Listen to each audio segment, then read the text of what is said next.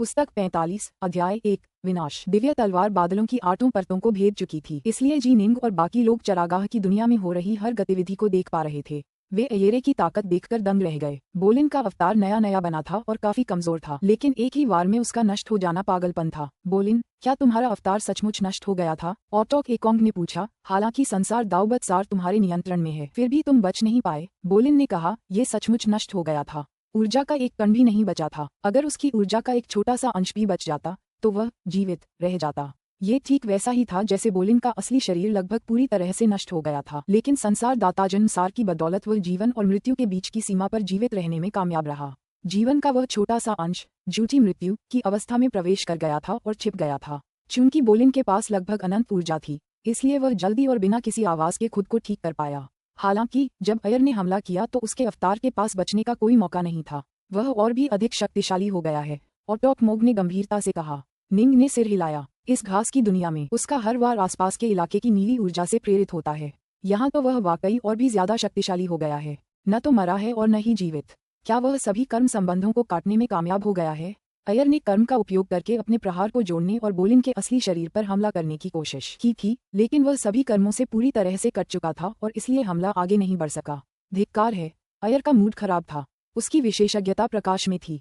कर्म, जीवन और मृत्यु, वह इन दोनों दाव में से किसी में भी कुशल नहीं था। एक ओमेगा ऑटोक होने के नाते जीवन और मृत्यु के दाव के बारे में उसकी अंतर्दृष्टि बोलिन के संसार दाव जन्मसार से बस बाल भर आगे थी। बोलिन के अवतार को नष्ट करने की बात, इससे कोई फर्क नहीं पड़ा क्योंकि अवतार नया था। एक ऐसे शीर्ष अवतार को नष्ट करना जिसे मजबूत होने में कई साल लगे, एक बड़ी कामयाबी होती, लेकिन एक नया अवतार ऑटोक बोलिन उसे पलक झपकते ही फिर से बना सकता था। अगर तुम अंदर नहीं आओगे तो मैं तुम्हें लेने आऊंगा। अयरे ने दोनों हाथ आगे बढ़ाए।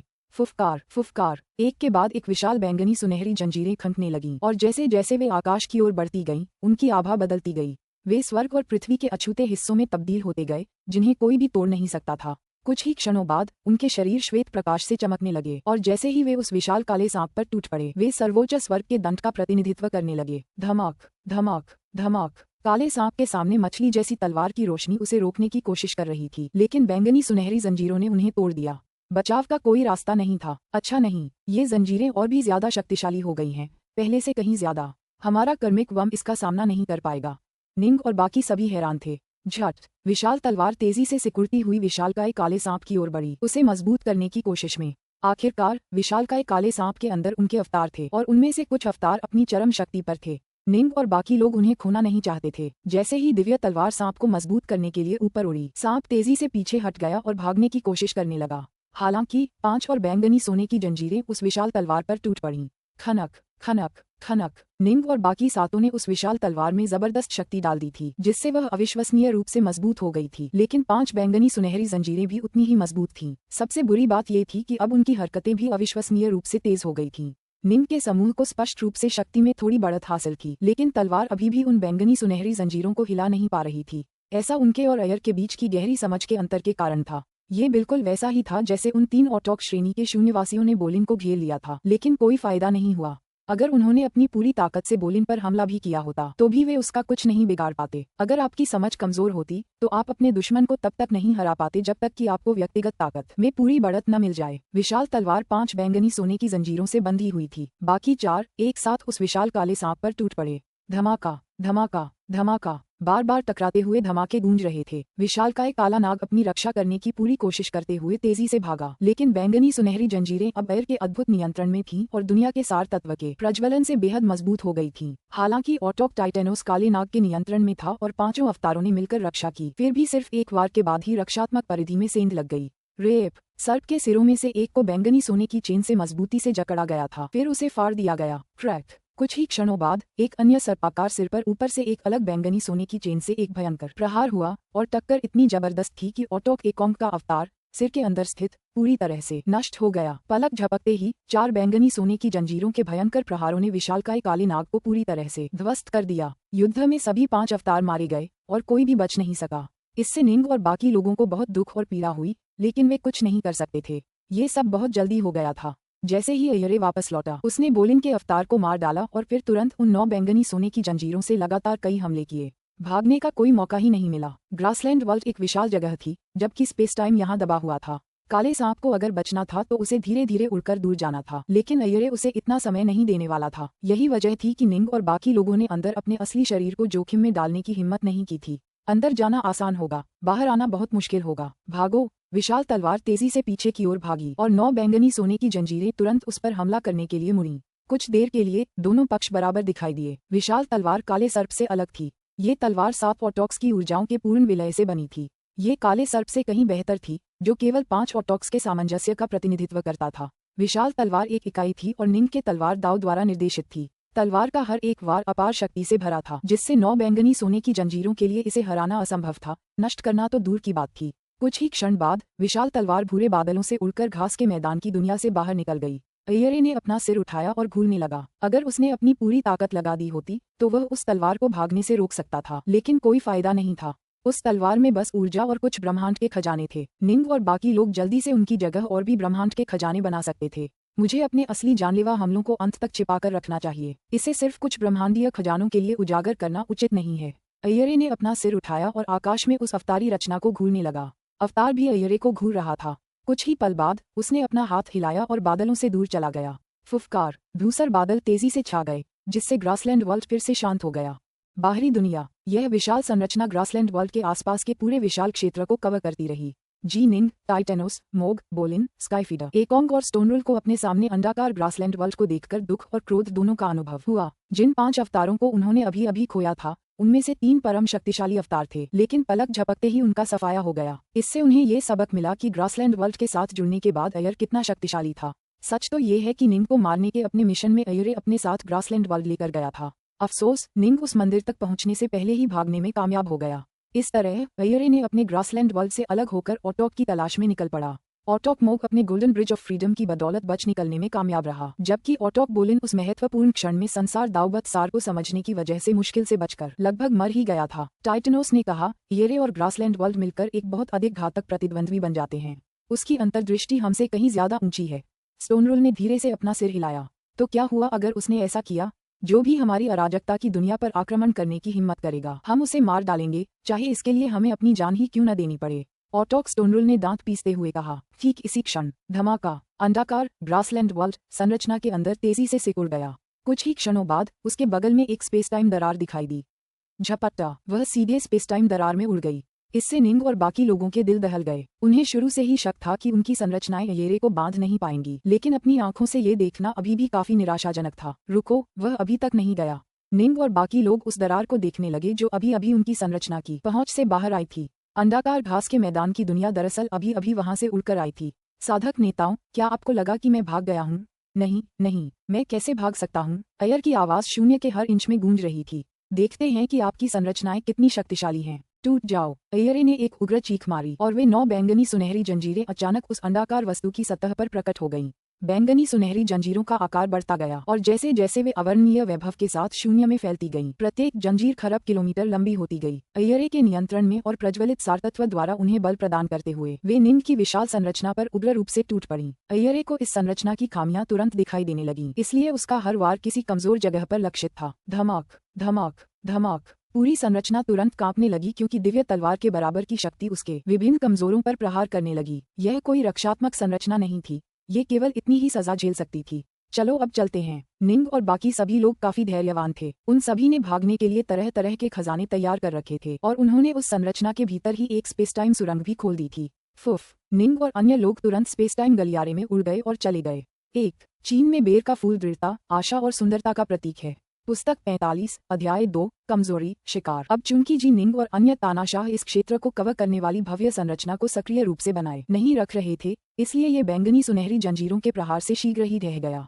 थोड़ी देर बाद अंडाकार घास के मैदान की दुनिया के ऊपर उभरे धूसर बादलों से 4 आकृतियां उभरीं। ये अय्यरे और उसके 3 साथी थे। वे भाग गए। चांदी के वस्त्र पहने महिला ने धीरे से बुदबुदाया। अय्यरे, यह उनकी मातृभूमि है। ये किसान अपनी मर्जी से लड़ सकते हैं या भाग सकते हैं। अगर हम उन्हें फंसा नहीं पाए तो हम उन्हें मार भी नहीं पाएंगे। ये सब बहुत चालाक हैं। जैसे ही हालात उनके खिलाफ होते हैं, ये तुरंत भाग जाते हैं। लाल चोगा पहने आदमी ने भी भौहें चढ़ाईं। मैं तुम दोनों की हर बात से सहमत हूँ। अय्यरे ने सिर हिलाया। निंग और ऑटॉक्स को मारना बहुत मुश्किल होगा, क्योंकि बुरी खबर की पहली भनक लगते ही वे सब भाग जाते हैं। अय्यरे को इस स्थानीय अराजकतावादी समूह द्वारा लगातार दबाया जा रहा था, इसलिए एक बार जब वे एक साथ भाग गए तो वह उनका पीछा नहीं कर पाएगा। वह स्पेस टाइम को दबाकर उनके भागने को असंभव बना सकता था, फिर स्पेस टाइम में उनके पीछे वार कर सकता था। लेकिन जैसे ही वह ऐसा करने के लिए उनके काफी करीब वार करने की कोशिश करता, लहरें पैदा हो जाती। जैसे ही निंग और बाकी लोग इसे भांप लेते, वे तुरंत दूर भाग जाते। अय्यरे फिर भी उन्हें पकड़ नहीं पाता। वह मोग के साथ ऐसा इसलिए कर पाया क्योंकि वह मोग के इतने करीब पहुंच गया था कि उसे भागने से रोकने के लिए डोमेन फील्ड जैसी किसी चीज का इस्तेमाल कर सकता था। अब जबकि निंग और बाकी सब एक साथ थे और मिलकर काम कर रहे थे, अय्यरे का डोमेन अब उन्हें और नहीं बांध पाएगा। दूसरे शब्दों में, न तो गति, न ही स्पेस टाइम का दमन और न ही डोमेन काम आएंगे। ऐसा कुछ भी नहीं था जो निंग और बाकियों को फंसा सके। वे अपनी मर्जी से आ जा सकते थे। ये याद रखना जरूरी है कि मूल निवासी ऑटोक युद्ध को तुरंत समाप्त करने की जल्दी में नहीं थे। ये जितना लंबा खींचता उतना ही अच्छा होता। अगर यह किसी तरह कुछ लाख अराजकता चक्रों तक खींचता तो उनका कैओस्फज विशेषज्ञों के एक और समूह को जन्म दे देता, जिसमें नए ऑटोक या ओमेगा सम्राट शामिल हो सकते थे। अब चूंकि साधकों के पास सच्ची आत्मा अनंत थी, इसलिए जिस दर से वे ऑटोक्स का उत्पादन करते थे वह स्वाभाविक रूप से काफी बढ़ जाएगी। वे फिसलन भरे और सतर्क हैं। वे हमें उन्हें पकड़ने का कोई मौका नहीं देंगे, अयर ने कहा। हमारी योजना मेरे और ग्रासलैंड वर्ल्ड के अचानक प्रकट होने का इस्तेमाल नाटकीय सफलता हासिल करने के लिए करना था, लेकिन अंत में दोनों ही नाकाम रहे। हालांकि आखिरकार इनमें से कोई भी बात मायने नहीं रखती। मैंने इस पूरे युद्ध की सभी संभावनाओं का पूरी तरह से खाका खींच लिया है। वे अपने भाग्य से बच नहीं पाएंगे। अंत में हम ये युद्ध जीतेंगे ही। उसके तीनों साथी हैरान थे। इतना आत्मविश्वास कहाँ से आया? अगर वे अपने दुश्मनों को पकड़ या शिकार भी नहीं कर सकते तो उन्हें हरा कैसे पाएंगे? मैं अपनी बात दोहराता हूँ, मैंने इस पूरे युद्ध की सभी संभावनाओं का पूरा खाका खींच लिया है, अयर ने मुस्कुराते हुए कहा। क्या तुम भूल गए हो कि मैंने इस युद्ध की शुरुआत में ही विनाश का छत्ता भेज दिया था? विनाश छत्ता? तीनों चौंक गए। क्या साधकों ने विनाश छत्ते का प्रतिकार करने का कोई उपाय नहीं खोज लिया है? यह अब काम नहीं कर रहा है ना? चांदी के वस्त्रधारी महिला ने उत्सुकता से पूछा। मूर्ख, अयरे ने उसकी तरफ देखा। मैंने विनाश छत्ता दो कारणों से छोड़ा था। पहला ये कि अगर यह इस अराजकता की ऊर्जा का एक बड़ा हिस्सा निगलने में कामयाब हो जाए और इसे इतना कमजोर कर दे कि मैं इसे अपने नियंत्रण में ले सकूं, तो मैं पूरी जीत हासिल कर सकूंगा। यह उद्देश्य विफल रहा, लेकिन दूसरा उद्देश्य ही असली उद्देश्य था। मैंने इसे इस पूरे कैओस्फज में साधकों के लिए सबसे घातक कमजोर बिंदु बनाने के लिए भेजा था। अयरे की आंखें ठंडी चमक उठीं। इस समय उनका एक अवतार उस संरचना को बनाए रखने के लिए जिम्मेदार है जो विनाश छत्ते को बांधे हुए है। हमें बस उसकी ओर बढ़ना है और विनाश छत्ते के अंदर मौजूद अवतार को नष्ट करना है, जिसके बाद ये फिर से काम करना शुरू कर देगा। एनिहिलेशन हाइव एक बार फिर कैओस्फज की ऊर्जाओं को निगलना शुरू कर देगा, जिससे वह कमजोर हो जाएगा। साधक नेता हमें रोकने की कोशिश करने पर मजबूर हो जाएंगे। वे चुपचाप बैठकर अपने कैओस्फज को बर्बाद होते नहीं देख सकते। इसका मतलब है कि जब तक हम एनिहिलेशन हाइव पर उनका इंतजार करते रहेंगे, उन्हें हमारे पास आने पर मजबूर होना पड़ेगा। वे आज्ञाकारी होकर उस युद्ध क्षेत्र में कदम रखेंगे जिसे हमने तैयार किया है। अयर मुस्कुराए। चांदी के वस्त्र पहने महिला और बाकी दोनों के चेहरे पर खुशी के भाव थे। उन्होंने सोचा था कि अब विनाश छत्ता किसी काम का नहीं रहा क्योंकि उसका प्रतिकार हो चुका था। उन्होंने बाकी सभी निहितार्थों के बारे में पूरी तरह से नहीं सोचा था। वाह, जब तक विनाश छत्ता काम करता रहेगा, साधक चाहे कितने भी अनिच्छुक क्यों न हों, उस पर हमला करने के लिए मजबूर हो ही जाएंगे। हमें कुछ भी करने की जरूरत नहीं है, वे हमारे पास आएंगे। लाल वस्त्रधारी आदमी हंसा। काले वस्त्र पहने आदमी ने गंभीरता से कहा, चलो हम अपनी पसंद के युद्ध क्षेत्र में उनका सफाया कर दें, जल्दबाजी नहीं। अयर मुस्कुराए। युद्ध को चरणबद्ध तरीके से लड़ा जाना चाहिए। हो सकता है कि आपको कभी कभार असफलता का सामना करना पड़े, लेकिन अगर आपने सभी संभावनाओं के लिए पूरी योजना बना ली है तो अंततः आप ही विजेता बनेंगे। अभी हमें अपनी सेना को मजबूत करने की जरूरत है। आइए सबसे पहले उन फंसे हुए एक्सल्टों को बचाएं, अयर ने कहा। स्लैश बैंगनी सुनहरी जंजीरें अभी भी फंसे हुए नौ सिकाडा मंदिर की ओर उड़ने लगीं। उसके चारों ओर की सीलिंग संरचना अयर के लिए एक मजाक से ज्यादा कुछ नहीं थी। बस एक धड़कन के बाद ही वह जटिल दिखने वाली संरचना पूरी तरह से ढह गई, जिससे 9 सिथे एक्सल्ट एक बार फिर आजाद हो गए। 9 महापुरुष तुरंत उड़कर ऊपर आए। जब उन्होंने दूर धूसर बादलों के ऊपर अयर को खड़ा देखा तो उन्होंने झट से प्रणाम किया। सर्वशक्तिमान अयर, इधर आओ, हम अगले स्थान पर जाएंगे। अयरे ने सिर हिलाया। सिथे एक्सल्ट ने तुरंत 9 सिकाडा मंदिर को हटा दिया और ग्रासलैंड वर्ल्ड में उड़ गए। कुछ ही क्षणों बाद ग्रासलैंड वर्ल्ड एक बार फिर स्पेस टाइम को चीरता हुआ गायब हो गया। जैसे ही ऐसा हुआ, दूर से अचानक आकृतियों का एक समूह प्रकट हुआ। ये जीनिंग, ऑटोक, टाइटेनोस और अन्य थे। वे सातों स्पेस टाइम में ज्यादा दूर नहीं भागे थे। वे जल्दी से चुपके से वापस लौट आए थे ताकि पास से ही इस जगह का पता लगा सकें। उनकी गतिविधियों से कोई व्यवधान नहीं हुआ क्योंकि कैओस्फज ने उन्हें अस्वीकार नहीं किया था, बल्कि उनकी रक्षा की थी। वास्तव में वे कैओस्फज की ऊर्जा उधार लेकर अपने विरोधियों पर दूर से ही नजर रख सकते थे। उन पर नजर रखना निंग की प्राथमिक जिम्मेदारी थी क्योंकि वह स्पेस टाइम में बेहद कुशल था और कई अन्य क्षेत्रों में भी पारंगत था। चूंकि वह अपने ही कैओस्फज में था, इसलिए दूर से किसी पर नजर रखना उसके लिए काफी आसान था। हम पर पहले भी उन्होंने घात लगाकर हमला किया था। अब हम उन्हें फिर से यूं ही गायब नहीं होने देंगे। हमें हर समय उनकी लोकेशन पर नजर रखनी होगी, ऑटोक टाइटेनोस ने कहा। हमारे सभी अवतार नष्ट हो चुके हैं, यानी हमारे पास इस काम को अंजाम देने के लिए अपने असली शरीर भेजने के अलावा कोई चारा नहीं है। डार्कनॉर्थ, अभी हमें तुम्हें ये काम करने के लिए परेशान करना होगा क्योंकि हम बाकी लोग अपने अवतारों को फिर से बनाने में लगे हैं। ठीक है, निंग ने सिर हिलाया। बाकी सभी ने अपने अवतार खो दिए थे, जबकि उसका अवतार अभी भी विनाशक छत्ते में था और सर्वोत्तम स्थिति में था। निंग अब भी दूर से उन्हें महसूस कर सकता था। वह स्पेस टाइम में घूमती ग्रासलैंड वर्ल्ड से उत्पन्न तरंगों का अनुसरण कर सकता था और देख सकता था कि वे कहाँ जा रही हैं। फुफ, निंग ने बाकी 6 लोगों को साथ लेकर स्पेस टाइम में घूमना शुरू कर दिया, ग्रासलैंड वर्ल्ड से लगभग एक रियलमवर्स की दूरी बनाए रखते हुए। निंग के लिए रियलमवर्स की दूरी कुछ भी नहीं थी, उसकी ईश्वर ज्ञान की क्षमता ही इससे कहीं ज्यादा थी। और जब उसने केओसवर्स की शक्तियों और प्राइम एसेंस से अपने जुड़ाव पर भरोसा किया तो वह और भी ज्यादा हास्यास्पद दूरी से देख पा रहा था। जब तक दोनों पक्ष एक दूसरे से केवल एक दायरे की दूरी बनाए रखेंगे, एयर आसानी से निंग का पता नहीं लगा पाएगा, क्योंकि केओसवर्स लगातार उसकी शक्तियों को दबा रहा है। जब निंग ग्रासलैंड वर्ल्ड का पीछा कर रहा था, तब टाइटेनोस और अन्य लोगों ने अपने नए अवतार बनाए। इन अवतारों में उनकी असली शक्ति का केवल 50% ही बचा था, जो इतने कम समय में उनके लिए सबसे अच्छा था। निंग ने संदेश भेजा, जिस दिशा में वे जा रहे हैं उसे देखते हुए उन्हें किसी अन्य मंदिर को बचाने जाना चाहिए, तो फिर हम इसे पहले ही नष्ट कर दें, ऑटोक टाइटेनोस ने कहा। हमारी शक्ति को देखते हुए हम मिलकर कम समय में ही मंदिरों को नष्ट करने में पूरी तरह सक्षम हैं। पहले उन्होंने मंदिरों को ज्यादा खतरा नहीं समझा था। वे मंदिरों पर हमला करके उन तकनीकों का खुलासा नहीं करना चाहते थे जिनका इस्तेमाल वे आपस में लड़ते समय कर सकते थे, क्योंकि इससे उनके विरोधियों को भविष्य में उनसे निपटने की तैयारी करने का मौका मिल जाता। ये खुलासा ग्रासलैंड वर्ल्ड के लिए आरक्षित था और आखिरकार उन्होंने एक नाली संरचना को सफलतापूर्वक नष्ट कर दिया और उसके सार कोर को प्रज्वलित कर दिया। चलो ग्रासलैंड वर्ल्ड का पीछा करते रहें। जब भी वह किसी मंदिर को बचाने की कोशिश करेगा, हम आगे उड़कर उस मंदिर को नष्ट कर देंगे, ऑटोक एकोंग ने ठंडी मुस्कान के साथ कहा। हम उस चीज से कहीं ज्यादा तेजी से स्पेस टाइम में घूमते हैं। निंग और अन्य लोगों को उड़ान की गति और वार्पिंग गति दोनों में काफी बढ़त हासिल थी। यहाँ तक कि अयरे भी स्पेस टाइम में वार्पिंग की गति के ऑटोक मानकों को बमुश्किल पूरा कर पा रहा था, लेकिन जाहिर है ऐसा इसलिए था क्योंकि स्थानीय केओसवर्स द्वारा उस पर भारी दबाव डाला जा रहा था। साधकों ने तेज गति से यात्रा करते हुए लगभग 1 महीना बिताया। लगभग 6 दिनों में ग्रासलैंड वर्ल्ड एक नए मंदिर तक पहुंच गया। स्काईफीडर, मोग, तुम दोनों को अपने अवतारों से ग्रासलैंड वर्ल्ड की गतिविधियों पर नजर रखनी चाहिए। सुनिश्चित करो कि तुम हर समय जानते रहो कि वह कहाँ है। उसकी नजरों से ओझल मत होना। अत्यधिक सावधानी के चलते ऑटोक टाइटेनोस ने ये काम स्काईफीडर और मोग को सौंपा। वे दोनों क्रमशः समय और स्थान के विशेषज्ञ थे। हम में से बाकी लोग निकलेंगे और सबसे नजदीकी मंदिर की ओर पूरी गति से बढ़ेंगे और उसे नष्ट करने के लिए अपनी पूरी शक्ति लगा देंगे। ठीक है।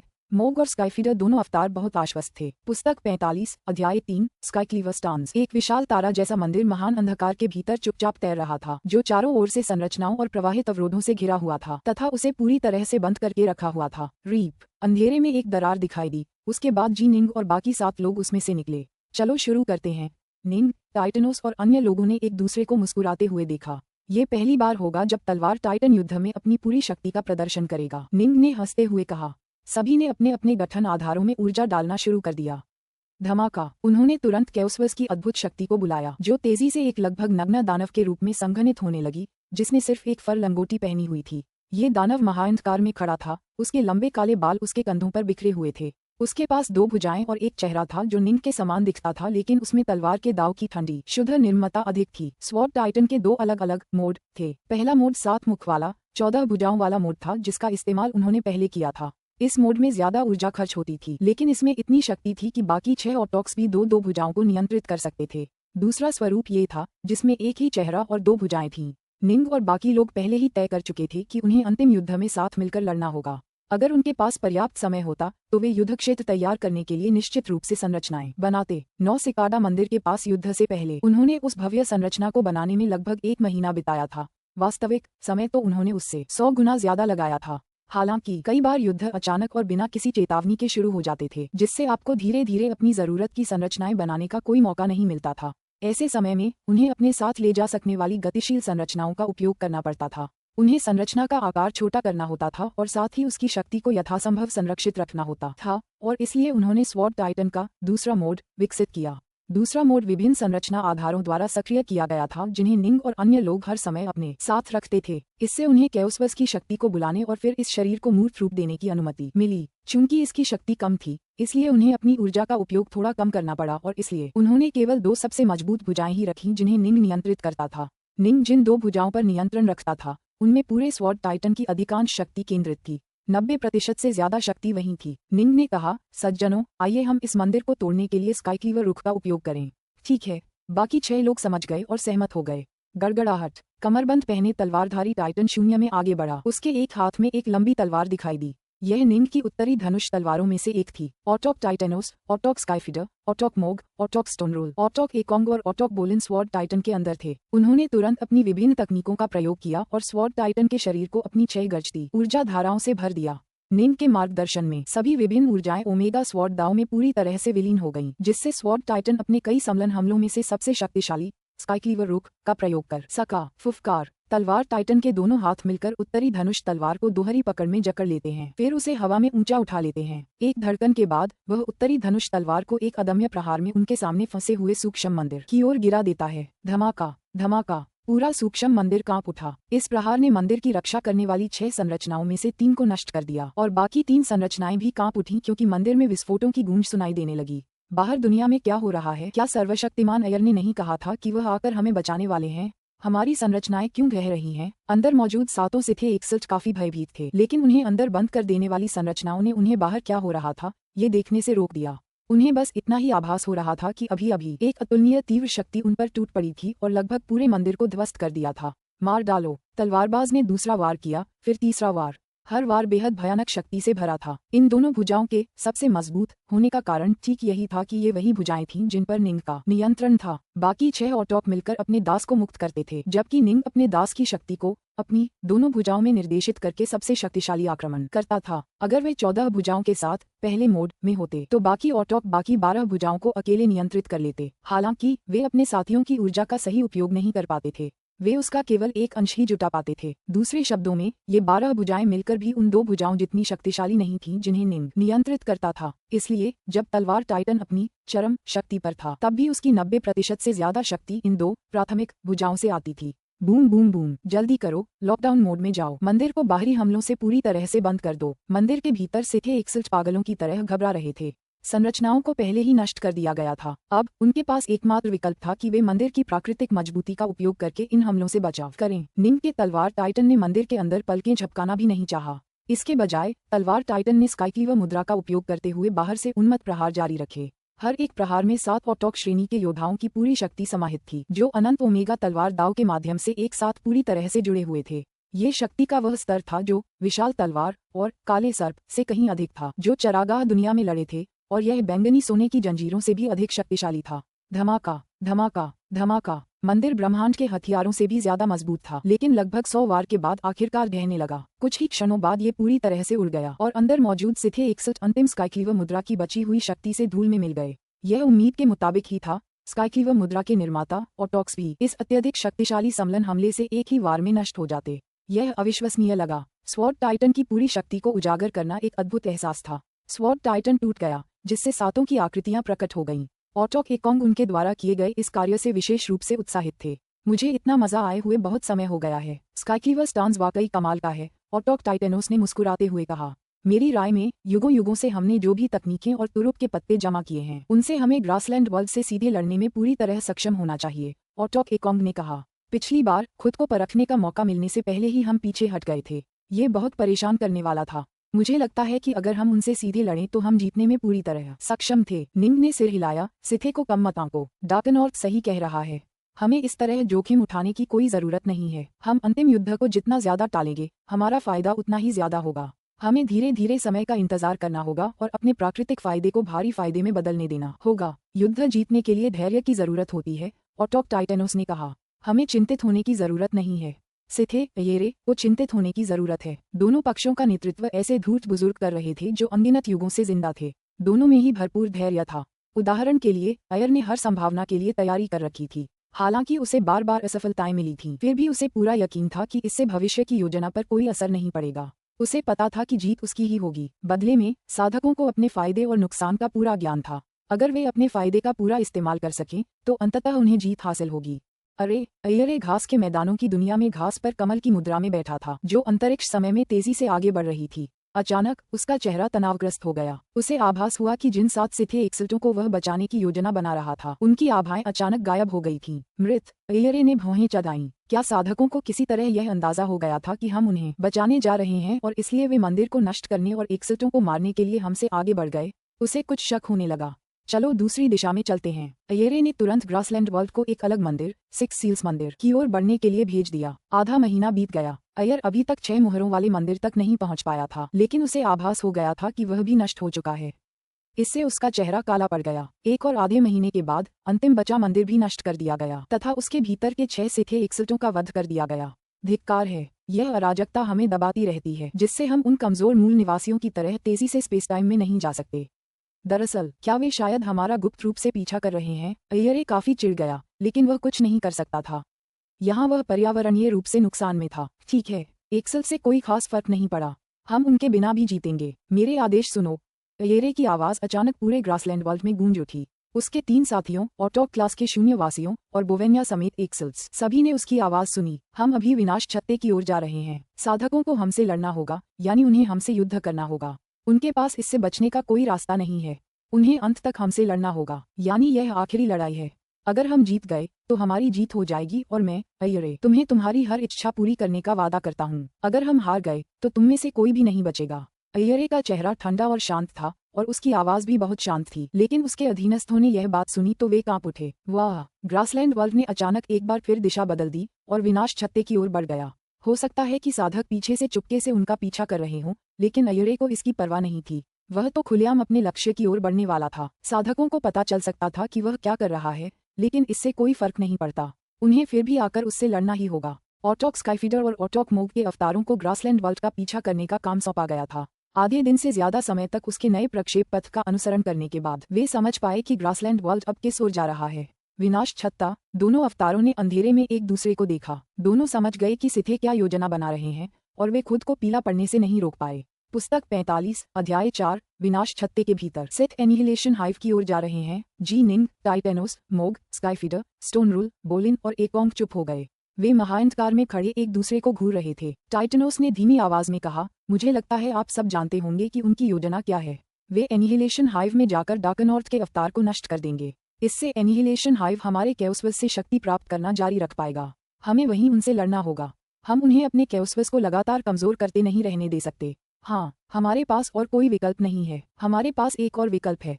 ऑटोक एकोंग की आंखों में एक तेज रोशनी चमक उठी। हम उनसे तेज हैं। चलो पहले एनिहिलेशन हाइव तक पहुंचें और उसके सारभूत केंद्र को नष्ट कर दें। विनाश के क्षेत्र को नष्ट करें। बाकी सभी उत्सुक थे। क्या ये संभव है? ऑटोक टाइटेनोस ने निंग की ओर देखा। निंग को इस बारे में वहां मौजूद किसी भी अन्य व्यक्ति से ज्यादा जानकारी थी। विनाश छत्ते का सार एक प्रकार के विनाश के रहस्यों को समेटे हुए है, जिसे मैंने विस्मृति नाम दिया है। यह अतुलनीय रूप से गहन और अत्यंत शक्तिशाली है। मैं इसे नष्ट करने लायक ताकत के आसपास भी नहीं हूँ, निंग ने कहा। हालांकि जब हम साथ मिलकर काम करते हैं तो हम भी अत्यंत शक्तिशाली होते हैं। शायद हम इसे नष्ट करने में कामयाब हो जाएं। हमें करना ही होगा।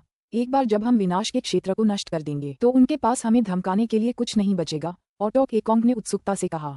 विनाश के क्षेत्र को नष्ट करो। जब हम एकजुट होते हैं तो हम लगभग अजेय हो जाते हैं। हम सीधे हमलों में पूरे मंदिरों को कुचलने में सक्षम थे। मैं यह मानने से इनकार करता हूँ कि हम उस चीज को नहीं तोड़ सकते। ऑटोक बोलिन की आंखों में भी द्वेष भरा हुआ था। उनमें से कोई भी अपने शत्रुओं के द्वारा नाक से खींचे जाने को तैयार नहीं था। हालांकि वे सभी जानते थे कि यह अनिश्चित था कि वे विनाश के क्षेत्र को नुकसान पहुंचा पाएंगे या नहीं। यह एक बिल्कुल अजनबी वस्तु थी जिसके बारे में उन्हें कुछ भी पता नहीं था, लेकिन उन्हें कोशिश तो करनी ही थी। अगर वे कामयाब हुए तो वे जश्न मनाएंगे, अगर नाकाम रहे तो उन्हें सिथे को रोकना होगा। मुझे उम्मीद है कि यह काम करेगा। निंग ने अपने 6 साथियों की ओर देखा और मन ही मन प्रार्थना करने लगा। उसका अवतार कई सालों से विनाश के क्षेत्र का विश्लेषण कर रहा था और जितना ज्यादा वह समझ रहा था उतना ही ज्यादा घबरा रहा था। आओ विनाश छत्ते पर चलें। वे तुरंत विनाश छत्ते की ओर पूरी गति से दौड़ने लगे। लगभग 1 महीने बाद वे आखिरकार एनिहिलेशन हाइव पहुंच गए। अय्यरे की टीम अभी भी बहुत दूर थी। पहुंचने में उन्हें शायद आधे महीने से ज्यादा का समय लग गया होगा। विनाश छत्ता। वे सातों कंधे से कंधा मिलाकर खड़े होकर अपने सामने विशाल छत्ते को घूर रहे थे। यह अब भी असीम रूप से विशाल था, लेकिन इससे निकलने वाली ऊर्जा अब अपनी पूरी शक्ति से कहीं कमजोर थी। यह अभी भी अपने आसपास के कच्चे अंधकार को नष्ट करने में सक्षम था, लेकिन नष्ट हुए अंधकार से मुक्त ऊर्जाएं अराजकता ब्रह्मांड के प्रमुख तत्वों में वापस लौट जाती थीं। उन्हें चुराने का कोई रास्ता नहीं था। आइए पहले कोशिश करें और देखें कि क्या हम पूरी चीज को नष्ट कर सकते हैं, ऑटोक टाइटेनोस ने कहा। अगर हम ऐसा कर सकते हैं तो हमें विनाश के क्षेत्र को नष्ट करने की चिंता करने की जरूरत नहीं है। विनाश के क्षेत्र में अपने आप में पूरे अराजकता ब्रह्मांड से ऊर्जा जबरन लेने की शक्ति नहीं थी। ये सब उसे सहारा देने वाली संरचना की बदौलत ही संभव हो पाया। डार्कनॉर्थ, बोलिन ने निंग की ओर देखा। निंग ने कहा, चलो स्काईक्लीवर मुद्रा को पूरी ताकत से इस्तेमाल करके देखते हैं। स्काईक्लीवर मुद्रा असल लड़ाई में इस्तेमाल करने के लिए जरूरी तौर पर सबसे अच्छी तकनीक नहीं थी, लेकिन तबाही मचाने के लिए यह निश्चित रूप से सबसे अच्छी थी। जल्द ही विशाल लंगोटी पहने तलवारधारी टाइटन अंतरिक्ष के शून्य में फिर से प्रकट हुआ। वह शुद्ध तलवार इच्छा से जगमगाते हुए विशालकाय छत्ते की ओर बढ़ा। उसकी हर हरकत से शक्ति और विनाश का संचार हो रहा था और वह तेजी से विशालकाय छत्ते की सतह पर पहुंच गया। फिर उसने अपने दाहिने हाथ से एक विशाल तलवार निकाली। स्काईक्लीवर मुद्रा। तलवार टाइटन ने तलवार को दोनों हाथों से पकड़कर अपने सिर के ऊपर ऊंचा उठा लिया। छहों ऑटोक्स ने अपनी अपनी तकनीकें इस्तेमाल करना शुरू कर दिया, जिससे निंग को अपने अलग अलग दाव को एक साथ मिलाने और स्काईक्लीवर मुद्रा अपनाने में मदद मिली। यह असल में निंग द्वारा उनके लिए बनाई गई तलवार कलाओं के पूरे सेट का सिर्फ एक रुख था। धमाका। दिव्य तलवार धड़ाम से नीचे गिरी, स्पेस टाइम को चकनाचूर कर दिया और पंचतत्वों को छिन्न भिन्न कर दिया। उसने अपने रास्ते में आने वाली हर चीज को नष्ट कर दिया और बेहद भयानक शक्ति के साथ विनाश छत्ते की सतह पर गिर पड़ी। धमाका। एक जबरदस्त विस्फोट हुआ जिससे विशालकाय छत्ता भी कांप उठा। निंग के तलवार टाइटन का क्या हुआ? एक शक्तिशाली प्रतिबल ने उसे पीछे धकेल दिया, जिससे वह अंतरिक्ष में कुछ कदम पीछे की ओर लड़खड़ा गया। ये बहुत ज्यादा शक्तिशाली था। निंग का तलवार दाव भी इस प्रतिबल को पूरी तरह से रोक नहीं पा रहा था, इसलिए तलवार टाइटन को इसका बहुत ज्यादा सामना करना पड़ा। कैसा लग रहा है? कोई दरार है क्या? हमने इसे कोई नुकसान पहुंचाया? निंग और बाकी लोगों ने विशालकाय छत्ते का ध्यानपूर्वक निरीक्षण किया और एक दूसरे से यही सवाल पूछते रहे। वे सभी उम्मीद कर रहे थे कि कम से कम उसे थोड़ा नुकसान तो हुआ होगा। छोटी सी दरार भी इस बात का प्रतीक थी कि अगर वे उस पर लगातार हथौड़े चलाते रहे तो समय रहते उसे पूरी तरह से नष्ट कर देंगे। अफसोस, उनमें से किसी को भी कोई दरार नहीं दिखी, इसलिए वे सब एक दूसरे से पूछ रहे थे कि क्या उन्हें कुछ दिखाई दिया। कुछ नहीं, मुझे कुछ नहीं मिल रहा। मुझे तो कोई नुकसान भी नहीं दिख रहा। सबका दिल बैठने लगा। ऑटोक टाइटेनोस ने कहा, आइए कुछ और हमले करके देखें कि क्या इससे कुछ होता है। ठीक है। निंग और बाकी लोगों ने सिर हिलाया। उन्होंने एक बार फिर सेना में शामिल होकर तलवार टाइटन को एक बार फिर स्काईक्लीवर मुद्रा के लिए अपनी तलवार ऊपर उठाने पर मजबूर किया। Boom boom boom boom. Sword Titan ने बार बार भयानक स्काईक्लीवर मुद्रा दिखाई, जिससे एनिहिलेशन हाइव पर भयंकर प्रहार हुआ और वह कांप उठा और पीछे की ओर उड़ गया। विनाश छत्ते के अंदर 300 मीटर की गहरी छिपी हुई जगह में एक संरचना आधार था, जिसके ऊपर एक लंबे बालों वाला आदमी कमल की मुद्रा में बैठा था। लंबे बालों वाले आदमी के बाल आधे काले और आधे सफेद थे और वह घबराहट से छत्ते की स्थिति पर नजर रख रहा था। धमाका धमाका धमाका। हर एक विस्फोट से पूरा एनिहिलेशन हाइव कांप उठा। एनिहिलेशन हाइव पर बाहर से कौन हमला कर रहा है? एकसठ अनित्य थोड़ा चौंका और घबराया हुआ था। वह केवल हाइव के अंदर क्या हो रहा है ये देख पा रहा था। वह बाहरी दुनिया को देखने में असमर्थ था। संपूर्ण एनिहिलेशन हाइव वास्तव में कांप रहा है। शक्ति का ये स्तर सम्राट डार्कनॉर्थ की क्षमता से कहीं बढ़कर है। क्या ऐसा हो सकता है कि साधक नेताओं ने मिलकर काम किया हो? एकसठ अनित्या काफी घबरा गया, लेकिन थोड़ी देर बाद हमले बंद हो गए। उन्होंने हजारों वार किए, लेकिन वे विनाश छत्ते को खरोंच तक नहीं पाए। एकसठ अनित्या ने राहत की सांस ली। विनाश छत्ता सिथे के सबसे महत्वपूर्ण तुरुप के पत्तों में से एक था और इसे बनाना भी घास के मैदान की दुनिया जितना ही महंगा था। यह विभिन्न मंदिरों से कहीं ज्यादा शक्तिशाली था। इसे नष्ट करना आसान नहीं होगा। हम बाहरी लोग अभी अभी अंदर आए हैं। एकसठ अनित्य अपने सामने प्रकट हुई छवियों को घूर रहा था। उनमें शक्ति की एक धारा दिखाई दे रही थी जो छत्ते के अंदर और उसके मुख्य छत्ते की ओर बह रही थी। उस आकृति के चारों ओर का प्रकाश और शक्ति इतनी चकाचौंध कर देने वाली थी कि एकसठ अनित्य ये देख नहीं पा रहा था कि वह कौन थी। मुझे इसकी सूचना देनी है। एकसठ अनित्य ने तुरंत अयरे से संपर्क किया। उसके नीचे स्थित संरचना आधार धीरे धीरे घूमने लगा और एक प्रकाश स्तंभ प्रकट हुआ। प्रकाश स्तंभ के भीतर एक आकृति प्रकट हुई जो अयरे के बैठे हुए रूप में ठोस हो गई। एकसठ अनित्य उठे और आदरपूर्वक प्रणाम किया। सर्वशक्तिमान अयर, नए आक्रमणकारी विनाश छत्ते में घुस आए हैं। उन्होंने बाहर से छत्ते पर हमला करने की कोशिश की और उन्होंने 1000 से ज्यादा बार चौंकाने वाली शक्ति से हमला किया। फिर भी वे विनाश छत्ते को खरोंच तक नहीं पाए। हम अयर की आंखें ठंडी चमक उठीं। किसी ने सचमुच विनाश छत्ते पर हमला करने की हिम्मत की। जरूर वे साथ काम करने वाले साधक नेता ही होंगे। वे केंद्र की ओर तेजी से बढ़ रहे हैं। वे जल्द ही विनाश के क्षेत्र में पहुंच जाएंगे। क्या वे उसे नष्ट कर पाएंगे? अतिशय अनित्य चिंतित था। बस देखते रहो, कोई और कदम मत उठाओ, अयर ने कहा। ठीक है, एकसठ अनित्या ने सम्मानपूर्वक कहा। फुफ, प्रकाश का स्तंभ गायब हो गया। विशालकाय छत्ते के भीतर निंग और अन्य ऑटोक पहले ही सूक्ष्म बादलों के भंवर के केंद्र में स्थित काले पिरामिड तक पहुंच चुके थे और निंग के अवतार से फिर से मिल रहे थे। तो यह विनाश का क्षेत्र है। ऑटच एकोंग ने पास ही मौजूद उस काले धुंधले गोले को घूरा जो अपने आसपास की हर चीज को निगलता जा रहा था। यह एक अंतहीन गड्ढे जैसा था जो सब कुछ निगलकर नष्ट कर रहा था। ये विस्मृति का सार था जिससे ऑटचों को इसे देखते ही घबराहट होने लगी। इस चीज में ऐसे कौन से गहरे रहस्य हैं कि यह सब कुछ नष्ट कर सकती है? ऐसा लगता है मानो इससे बढ़कर कुछ भी नहीं है, ऑटोक स्टोनरुल ने धीरे से कहा। वे पहले भी कई अलग अलग दाव से परिचित हो चुके थे, लेकिन विनाश के इस क्षेत्र में छिपे रहस्य उनके द्वारा अब तक अध्ययन किए गए किसी भी दाव से कहीं अधिक गहन थे। इसने उन सभी दाव को ढंक दिया था जिन्हें उन्होंने देखा था, तथाकथित ओमेगा दाव और दावबत एसेंस। ये सभी विस्मृति की इस शक्ति द्वारा निगल लिए जाएंगे और नष्ट कर दिए जाएंगे। मेरा अवतार कई सालों से यहाँ ध्यान कर रहा है और ओब्लिवियन की शक्ति का कुछ अंश दोहराने में सक्षम है। निंग ने सिर हिलाया। लेकिन मैं अभी भी इसका असली स्वरूप नहीं समझ पाया हूँ। इसकी तुलना में मेरा विनाश दावबत सार उथला और कच्चा है, ऑटोक एकोंग ने आह भरी। इलेरे की अंतर्दृष्टि इस ओब्लिवियन दाव जितनी ही हो सकती है, ऑटोक मोग ने कहा, लेकिन शायद नहीं। वह हमसे इतना ऊपर है कि हम उसका सही आकलन नहीं कर सकते। ओमेगा ऑटोक्स की अंतर्दृष्टि अत्यंत गहन थी, शायद ओब्लिवियन के रहस्यों जितनी ही गहन। दोनों ही इन सातों की समझ से परे थे। अंततः ये बस एक प्राकृतिक रूप से उत्पन्न होने वाला सार तत्व है। ये हमसे लड़ने में असमर्थ है। हम 7 लोग जब एक साथ काम करते हैं तो कैओसवस की शक्ति को स्वयं बुला सकते हैं। हमें इसे नष्ट करने में सक्षम होना चाहिए, ऑटोक एकोंग ने कहा। पुस्तक 45, अध्याय 5, हंसी। जी निंग और बाकी सातों उस काले छायादार गोले को घूर रहे थे। वहां घोर सन्नाटा था, यहाँ तक कि उनकी आभाएं भी मानो जम गई थीं। साधना पथ पर आगे बढ़ते हुए अपनी वर्तमान ऊंचाइयों तक पहुंचने के दौरान उन सभी ने अनगिनत अनुभवों का अनुभव किया था, लेकिन अब उन्हें भारी दबाव का एहसास हो रहा था। विनाश का ये क्षेत्र उनकी पूरी अराजकता सामग्री के लिए एक खतरा था। अगर वे इसे नष्ट कर पाते तो चीजें बहुत आसान हो जाती, लेकिन अगर वे असफल रहे तो उनके पास अंतिम घातक युद्ध शुरू करने के अलावा कोई विकल्प नहीं होता। उन सातों ने एक दूसरे को देखा और चुपचाप सिर हिलाया। उनके पास कोई विकल्प नहीं बचा था। वे पहले ही विशालकाय छत्ते और काले टॉवर दोनों को नष्ट करने की कोशिश कर चुके थे, लेकिन वे ऐसा नहीं कर पाए। अब उनका आखिरी मौका टॉवर के केंद्र में स्थित विनाश के क्षेत्र पर हमला करने में था। गड़गड़ाहट। यहाँ दाव की शक्ति का एक अद्भुत भंडार इकट्ठा हो रहा था और निंग और बाकी 7 लोग उसे विशाल लंगोटी पहने टाइटन बनाने के लिए मार्गदर्शन कर रहे थे। उनके पास पूरी संरचना बनाने के लिए पर्याप्त समय नहीं था, क्योंकि सिथे लगभग आधे महीने में आने वाला था। स्वॉर्ड टाइटन के दूसरे मोड का उपयोग करना ही उनके लिए सबसे अच्छा विकल्प था। विनाश के क्षेत्र को नष्ट करो।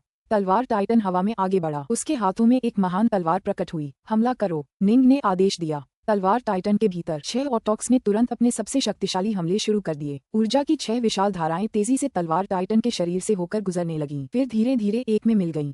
तलवार टाइटन ने अपनी भुजाएं ऊपर उठाईं, एक विशाल ग्रेट स्वॉर्ड को दोहरी पकड़ में लिया और फिर अपने सामने मौजूद छायादार गोले पर एक जोरदार प्रहार किया। जैसे ही तलवार ने अपने रास्ते में आने वाली सभी विभिन्न प्रकार की ऊर्जाओं को नष्ट कर दिया, उन्हें नष्ट कर दिया। ये स्काईक्लीवर मुद्रा थी, इसे तोड़ना ही होगा।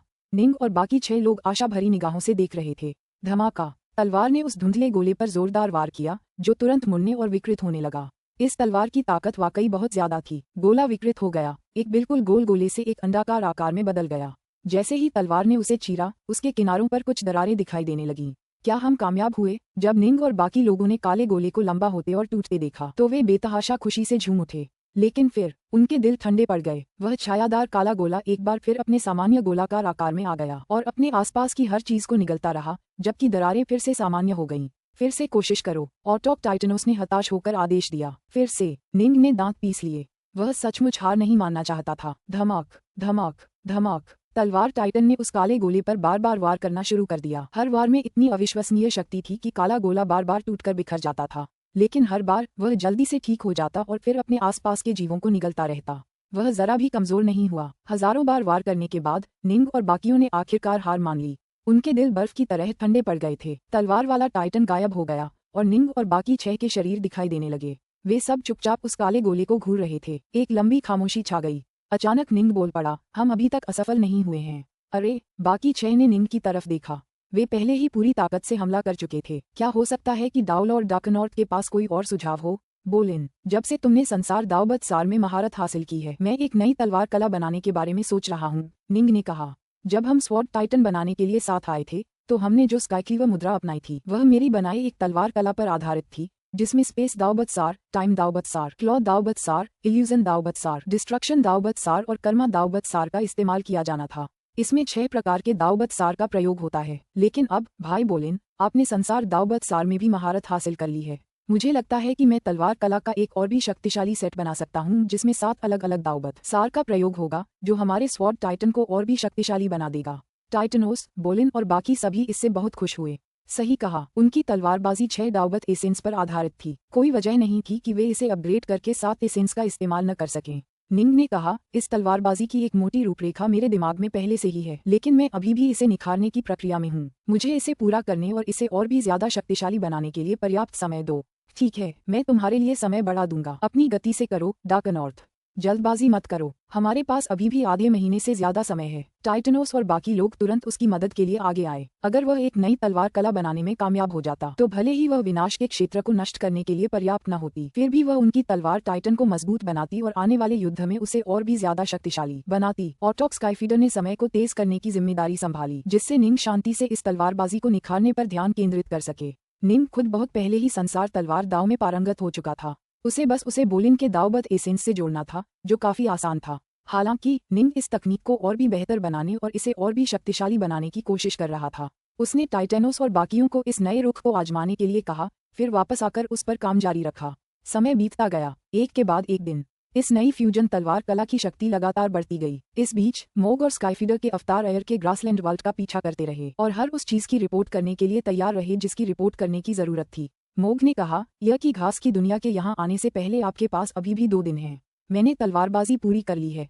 निंग ने सिर हिलाया, जब तक मुझे 10,000 साल और नहीं मिलेंगे, मैं इसमें कोई सुधार नहीं कर पाऊंगा। इस फ्यूजन तलवार कला में कुल 4 मुद्राएं थीं। उनके नाम अपरिवर्तित रहे, स्काईक्लीवर मुद्रा, ब्राइट केव मुद्रा, डॉनमून मुद्रा और विश्व मुद्रा।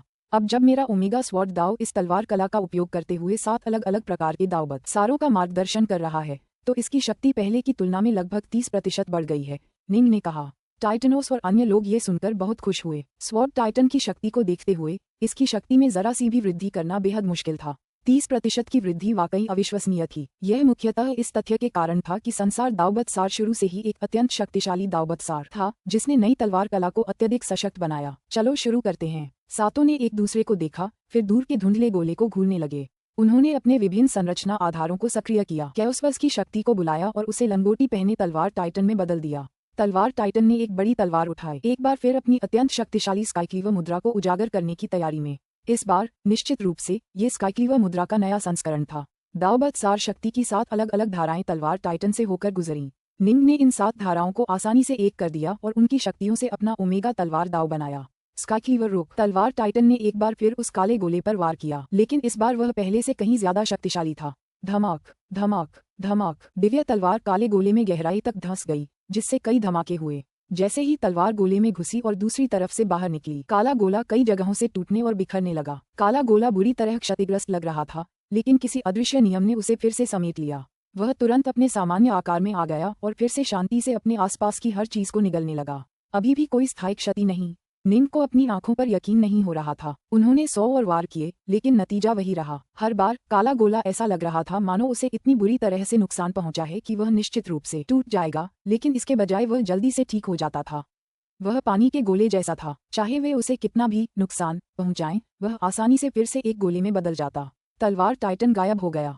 निंग और बाकी 6 लोग अविश्वास से काले गोले को घूर रहे थे। धिक्कार है, निंग ने दांत पीसते हुए कहा। हा हा हा, अच्छा। ऑटो के कॉन्ग सचमुच जोर से हंसने लगा। उसकी आंखों में एक उन्मादी भाव था। मैं सदियों से सिथे के खिलाफ एक अच्छी लड़ाई लड़ना चाहता था।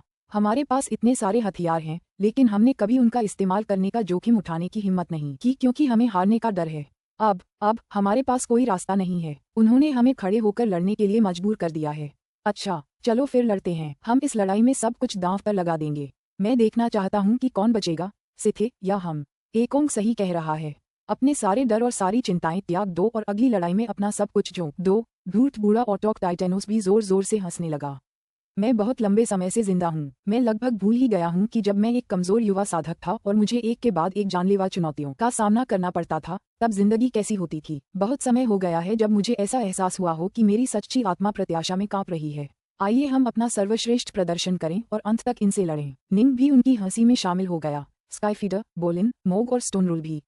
हाँ, अगर कोई रास्ता नहीं बचा तो वे लड़ेंगे। अगली लड़ाई में वे सिथे से सचमुच मौत तक लड़ेंगे। सज्जनों, यह मेरे लिए सम्मान की बात है कि मैं अंत तक आपके साथ लड़ पाऊंगी। एकमात्र महिला ऑटोक स्काईफीडर ने मुस्कुराते हुए कहा। पुस्तक 45, अध्याय 6, अंतिम युद्ध। मेरे दोस्तों, मैं ये बता नहीं सकता कि इस लड़ाई में आप सभी के साथ लड़ने में मुझे कितनी खुशी हो रही है, ऑटोक बोलिन ने मुस्कुराते हुए कहा। हम अंत तक एक साथ लड़ेंगे। हाँ, आओ। मुझे लगता है कि इस लड़ाई से पहले हमें थोड़ी शराब बांट लेनी चाहिए। ऑटोक एकोंग ने हाथ हिलाया, जिससे उसके सामने एक जमीन दिखाई दी जो पत्थर की मेजों और कुर्सियों से भरी हुई थी। जी निंग और बाकी सभी लोग बैठते हुए मुस्कुराए। निंग ने अपना शराब का प्याला उठाया, फिर अपने 6 दोस्तों की तरफ देखा। उसे लगा जैसे ये लगभग एक सपना था। उसे अभी भी साफ साफ याद था कि कैसे उसने पाताल लोक से ग्रैंड जिया के जी कुल में पुनर्जन्म लिया था, और कैसे उसने धीरे धीरे कदम दर कदम प्रशिक्षण लिया था जब तक कि वह साधक जगत के शिखर पर नहीं पहुंच गया। अब वह अपने 6 दोस्तों और साथियों के साथ खड़ा होगा और उनके साथ एक घातक युद्ध में उतरेगा। यह एक ऐसा युद्ध था जो सभी साधकों का भाग्य तय करेगा। अगर वे हार गए तो सब कुछ बेकार हो जाएगा। उसके दोस्त, उसका परिवार और पूरी सभ्यता का नाश हो जाएगा। जानते हो, मैं सोच रहा था डार्क नॉर्थ, क्या हमें तुम्हारे असली शरीर को इस अंतिम युद्ध से दूर रखना चाहिए? ऑटोक टाइटेनोस ने अचानक कहा। आसपास मौजूद बाकी सभी ऑटोक स्तब्ध रह गए। हिस्सा नहीं लूंगा। निंग भी दंग रह गया। टाइटेनोस, क्या तुम कह रहे हो कि तुम सब लड़ोगे, पर मैं नहीं? तुम्हारा अवतार ऐसा कर सकता है, ऑटोक टाइटेनोस ने धीरे से कहा। मैं यही सोच रहा हूँ। हम तुम्हारे अवतार को तलवार टाइटन के रूप में अपने साथ रख सकते हैं। तुम्हारे अवतार में तुम्हारी असली शक्ति का 80% है। तुम हम सातों में पहले से ही सबसे शक्तिशाली हो। तुम्हारा अवतार इतना शक्तिशाली है कि हमारी शक्तियों को एक साथ मिला सकता है। मैं शर्त लगाता हूँ कि यह तलवार टाइटन को उसकी पूरी शक्ति के 90% पर बनाए रख पाएगा। अगर हम हार भी गए तो कम से कम तुम्हारा असली शरीर तो जिंदा रहेगा। जब तक तुम जिंदा हो, हमारी सभ्यताओं को अंततः उबरने का मौका मिलेगा। ऑटोक टाइटेनोस ने निंग की तरफ देखा। बाकी पांचों ने उसकी बातों पर विचार करते हुए संकोच करना शुरू कर दिया। अगर मेरा असली शरीर इस लड़ाई में शामिल नहीं होता तो हमारी युद्ध क्षमता पर इसका गहरा असर पड़ेगा, निंग ने कहा। मैं और मेरा अवतार दोनों इस लड़ाई में हिस्सा लेंगे और आप 6 लोगों को तलवार टाइटन बनाने में मार्गदर्शन देंगे। अगर मेरा अवतार आपके अवतारों को एक विशालकाय बनाने में मार्गदर्शन करता है तो उसकी शक्ति मुख्य अवतार की शक्ति का लगभग 50% से 60% होगी। हमारे पास एक तलवार टाइटन और एक अवतार टाइटन होगा। इस तरह हम अधिकतम संभव शक्ति का उपयोग कर पाएंगे। अगर मेरा असली शरीर इसमें शामिल नहीं होता तो हमारे पास केवल एक कमजोर तलवार टाइटन ही बचेगा, निंग ने कहा। अवतार टाइटन भी इसी तरह की संरचना का इस्तेमाल करेगा। बाकी 6 अवतारों की शक्ति आधी थी, जबकि निंग का अवतार 80% शक्ति पर था। लेकिन अवतार टाइटन इस लड़ाई में एक शक्तिशाली हथियार बना रहेगा। ये ग्रासलैंड वर्ल्ड में इस्तेमाल की गई विशाल तलवार से भी ज्यादा शक्तिशाली होगा। लेकिन अगर हम हार गए तो हम सारी उम्मीद खो देंगे, टाइटेनोस ने हिचकिचाते हुए कहा। भाई टाइटेनोस, निंग ने तीखे स्वर में कहा, क्या तुम अभी भी ऐसे समय में किसी बैकअप प्लान के बारे में सोच रहे हो? क्या तुम्हें सच में लगता है कि अगर मैं अकेला बच गया तो मैं अकेले ही स्थिति को पलट सकता हूँ? अगर मैं अंततः ओमेगा ऑटोक बन भी गया तो भी मुझे सिथे को हमारे कैओसवर्स से बंधते हुए और एरे को कैओस लॉर्ड बनते हुए देखना होगा। अंत में मैं तो मर ही जाऊंगा। हमें इस लड़ाई में अपना सब कुछ झोंक देना चाहिए। हम अपनी जीत की संभावनाओं को बढ़ाने के लिए स्वॉर्ड टाइटन और अवतार टाइटन दोनों का इस्तेमाल करेंगे। निंग ने ऑटोक टाइटेनोस को घूर कर देखा। टाइटेनोस, मैं डार्क नॉर्थ से सहमत हूँ। इस बार बैकअप प्लान को छोड़ दो, ऑटोक एकोंग ने कहा। चलो लड़ते हैं। ऑटोक स्काइफिडर स्वभाव से एक निडर महिला थी। वह पहले से ही कैओसवर्स को बांधने की कोशिश कर रही थी। हालांकि बाकी सभी जिन्होंने कोशिश की थी वे सब मर गए। मैं इस बात से सहमत हूँ कि हमें इस लड़ाई को जीतने के लिए हर संभव प्रयास करना चाहिए। ऑटोक बोलिन, ऑटोक मोग और ऑटोक स्टोनरूल सभी टाइटेनोस की ओर देखने लगे। उनके स्तर पर जीवन और मृत्यु का कोई खास महत्व नहीं था। दरअसल उन्हें निंग का खुद को खतरे में डालना मंजूर था, क्योंकि उन्हें सोचना था कि पूरी सभ्यता के लिए क्या अच्छा है। वे जीना चाहते थे, लेकिन वे ऐसा जीवन नहीं जीना चाहते थे जो मौत से भी बदतर हो। उन्हें मौत का डर नहीं था, बशर्ते उनकी मौत सार्थक हो। अपने 6 साथियों की फटकार से प्रभावित होकर ऑटोक टाइटेनोस एक पल के लिए झिझका। फिर उसने खुद पर मजाक उड़ाते हुए ठहाका लगाया। मैंने जिंदगी भर योजनाएं बनाई हैं और हमेशा एक बैकअप योजना तैयार रखी है। आप सब सही कह रहे हैं। अगर डार्क नॉर्थ खुद बच भी जाए तो भी उसके यहाँ हार का बदला लेने की संभावना नगण्य है। उसके जाने से हमारी सेना की ताकत कम हो जाएगी। हमारे लिए बेहतर यही है कि हम उनसे अंत तक लड़ें। यही तो सही है। तुम सबको मरते हुए देखकर मुझे कितना दुख होगा, जबकि मैं अकेला बच गया। निंग ने शराब का अपना टैंकर उठाया और टाइटेनोस के लिए एक प्याला उंडेला। आओ टाइटेनोस, आओ, मैं तुम्हें शराब पिलाऊंगा। मैं स्वीकार करता हूँ, मैं स्वीकार करता हूँ। टाइटेनोस ने तुरंत शराब का प्याला ले लिया। सातों ने पहले ही तय कर लिया था कि इस आगामी युद्ध में वे अपना सर्वश्रेष्ठ प्रदर्शन करेंगे। अब उन्हें कोई चिंता नहीं थी, इसलिए वे अयर के आने का इंतजार करते हुए खुशी खुशी साथ साथ शराब पीते रहे। एरे 2 घंटे में आ जाएगा, ऑटोक मोग ने अचानक कहा। हमारे पास अभी भी 2 घंटे बाकी हैं। निंग और अन्य लोगों ने एक दूसरे को देखा। चलो बाहर चलें और इन बाहरी लोगों का स्वागत करने के लिए तैयार हो जाएं। टाइटेनोस खड़ा हो गया। निंग और अन्य लोग भी खड़े हो गए। फुफ, सबने अपनी अपनी जागीरें हटाईं और एक साथ उड़कर काली मीनार से बाहर निकल आए। इस बार निंग अपने अवतार को भी साथ लेकर आया। विनाश छत्ता एक बार फिर शक्ति से फट पड़ा और अविश्वसनीय रूप से चूषण उत्पन्न करने लगा, लेकिन 7 ऑटोक्स से बना स्वॉर्ड टाइटन आसानी से उसमें से निकल गया।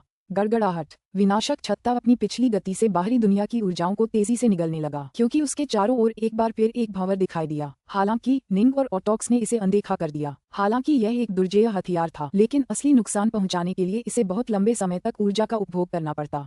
कुछ हफ्तों से कोई खास फर्क नहीं पड़ता, एक सदी का भी कोई खास असर नहीं होता। इस प्रकार अभी के लिए वे विनाश छत्ते को नजरअंदाज कर देंगे और सिथे पर अपना ध्यान केंद्रित करेंगे। कोई भी पक्ष इस युद्ध से पीछे हटने वाला नहीं था। जीत या हार का फैसला बहुत जल्द होने वाला था। जीतने वाला इस अराजकता ब्रह्मांड पर राज करेगा, हारने वाला फिर कभी उठ नहीं पाएगा। फुफ फुफ। अचानक दो आकृतियां उनकी ओर मुड़ गईं। ये ऑटोक मोग और ऑटोक स्काईफीडर के अवतार थे। हमारे सभी अवतार यहाँ हैं।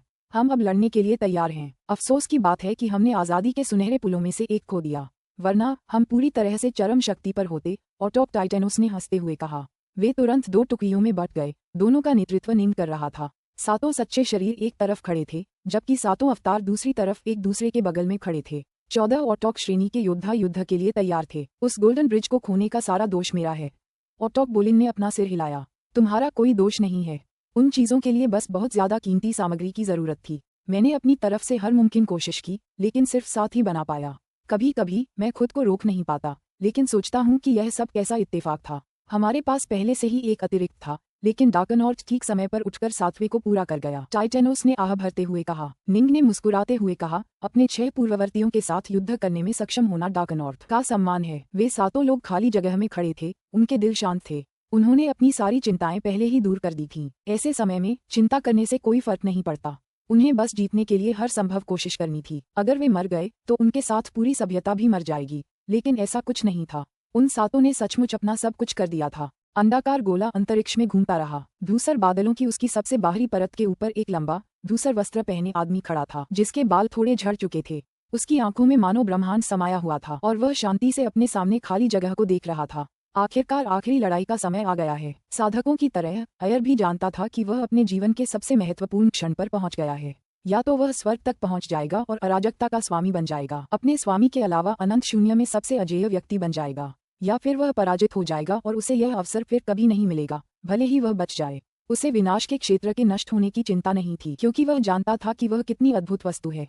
उसे नष्ट करने के केवल 2 ही तरीके थे। पहला तरीका था उस पर विजय पाना। एक ओमेगा ऑटोक होने के नाते इस विदेशी अराजकता ब्रह्मांड के बाहर वह स्वयं उसे नष्ट करने के लिए पर्याप्त शक्ति जुटा ही नहीं पाता। दूसरा तरीका था उसमें निहित सर्वनाशकारी रहस्यों को समझना, जिसके बाद कोई भी उसे आसानी से नष्ट कर सकेगा। न तो ऑटोक और न ही ओमेगा सम्राट इस तरह के कार्य करने में सक्षम होंगे। ये राज्य सचमुच मंत्रमुग्ध कर देने वाला है, अयर ने धीरे से कहा। इस राज्य और इसके भीतर की सभी चीजों पर मेरा शासन होना चाहिए। ये कमजोर लोग लगातार मेरा रास्ता रोक रहे हैं। अब मैं इन सबको मिटा दूंगा। फुफ। ग्रासलैंड वर्ल्ड एक आखिरी बार स्पेस टाइम में घूम गया। जब तक वह फिर से प्रकट हुआ, अयेरे अब दूर विशाल एनिहिलेशन हाइव को देख सकता था, जो उस और भी बड़े भंवर से घिरा हुआ था, जो अपने आसपास की सभी चीजों को नष्ट और निगल रहा था। हालांकि यहाँ खड़ी 14 आकृतियां विनाश के भंवर से भी ज्यादा ध्यान देने योग्य थीं। निंग और उसके साथी एक दूसरे के बगल में खड़े थे, जबकि सातों अवतार भी ऐसा ही कर रहे थे। 14 लोग शांति से उस अंडाकार वस्तु को अंतरिक्ष में उड़ते हुए उनकी ओर आते हुए देख रहे थे। उस अंडाकार वस्तु की सतह पर खड़ा एकमात्र व्यक्ति अयर था, और जब उसने 14 लोगों को देखा तो वह हल्की सी मुस्कुराहट के साथ मुस्कुराया। उसने अपनी नजरें उन पर घुमाई, फिर एक ऐसी हंसी निकाली जो पूरे स्पेस टाइम में गूंज उठी। अब और भागना नहीं, अब और छिपना नहीं, ऑटोक टाइटेनोस ने कहा। यहाँ भागने के लिए कहीं जगह नहीं है। हम तुम्हें वो देंगे जो तुम चाहते हो। हम तुमसे मरते दम तक लड़ेंगे। निंग मुस्कुराया। अयेरे, मुझे उम्मीद है कि जब आप हमारी असली ताकत देखेंगे तो आप नाराज नहीं होंगे। ऑटोक एकोंग ने हंसते हुए कहा। मुझे लगता है कि वह शायद पेशाब कर लेगा, ऑटोक बोलिन ने मुस्कुराते हुए कहा। निंग और बाकी लोग बोलते हुए मुस्कुराए या हंसे। अयर को इससे कोई गुस्सा नहीं आया। उसने बस मुस्कुराकर सिर हिलाया। तुम लोग बहुत बहादुर हो। पुस्तक 45, अध्याय 7, गुड़िया। दोनों पक्ष दूर से एक दूसरे को घूर रहे थे। वे शांत लग रहे थे, लेकिन माहौल पहले से ही तनावपूर्ण होने लगा था। बातचीत से कुछ हल नहीं होगा। हिम्मत हो तो आकर मेरी घास के मैदानों की दुनिया को रोक दो, अयर ने कहा। फिर धूसर बादलों में डूब गया और गायब हो गया। उसी समय अंडाकार वस्तु प्रकाश की एक किरण में बदल गई और विशाल विशालकाय छत्ते की ओर बढ़ गई। जी निंग और अन्य लोगों ने एक दूसरे को देखा। अयरे अंतर्दृष्टि के मामले में हमसे कहीं आगे है। अब जब वह व्यक्तिगत रूप से ग्रासलैंड वर्ल्ड पर नियंत्रण रखता है तो हमारी कोई भी संरचना उसे धीमा नहीं कर पाएगी।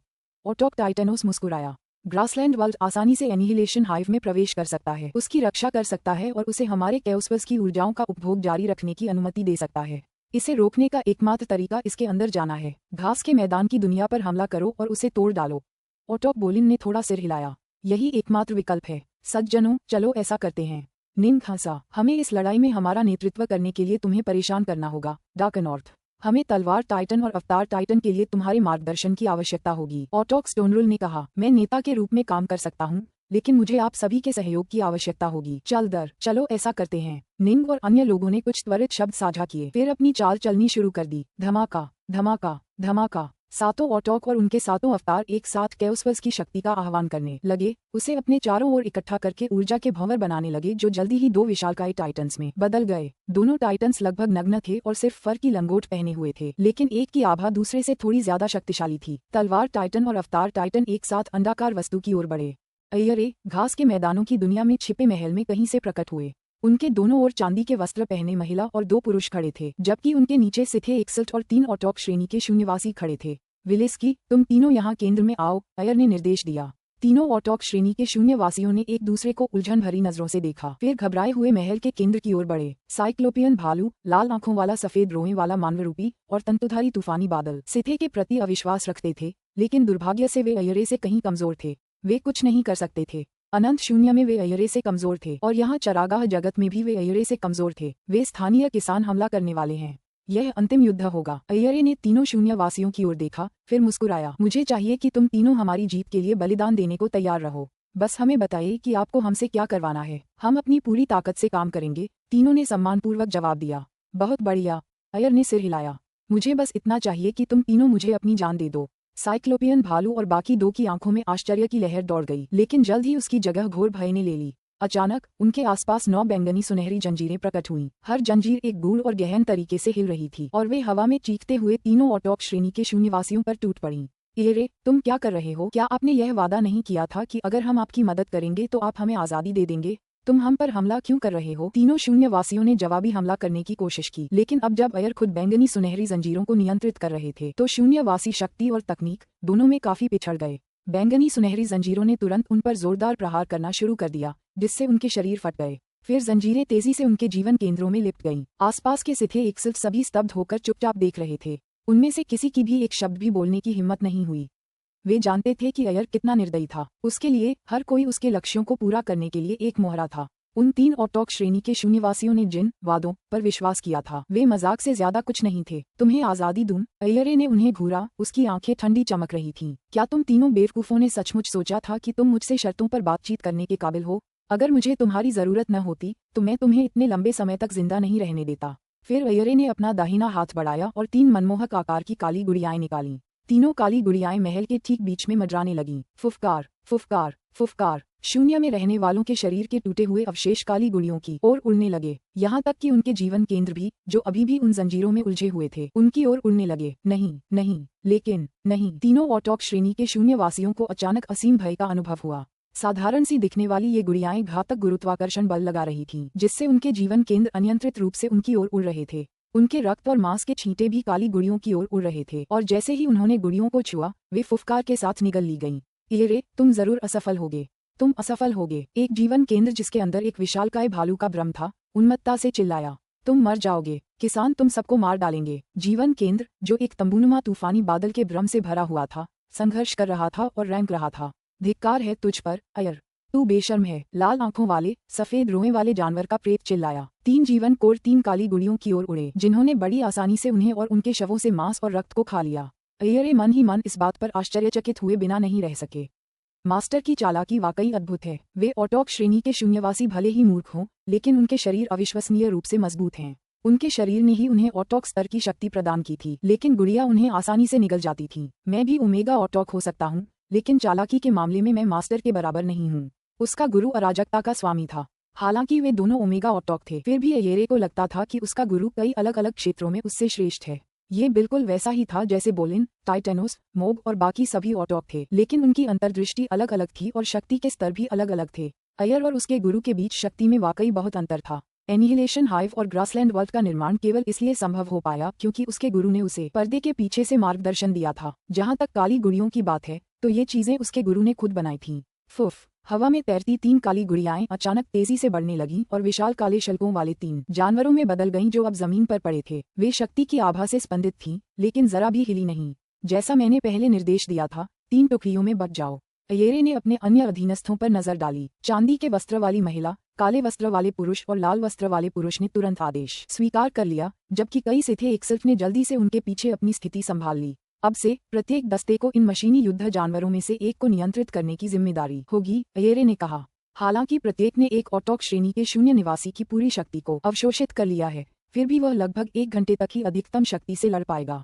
इसलिए हमें जल्द से जल्द जीत हासिल करनी होगी। समझ गया, चांदी के वस्त्र पहने महिला और बाकी दो ने कहा। उन्हें शुरू से ही पता था कि ऐसा ही होगा। दरअसल अय्यरे ने उन्हें इस आक्रमण में शामिल होने के लिए इसलिए बुलाया था ताकि वे मशीनी युद्ध जानवरों को चला सकें।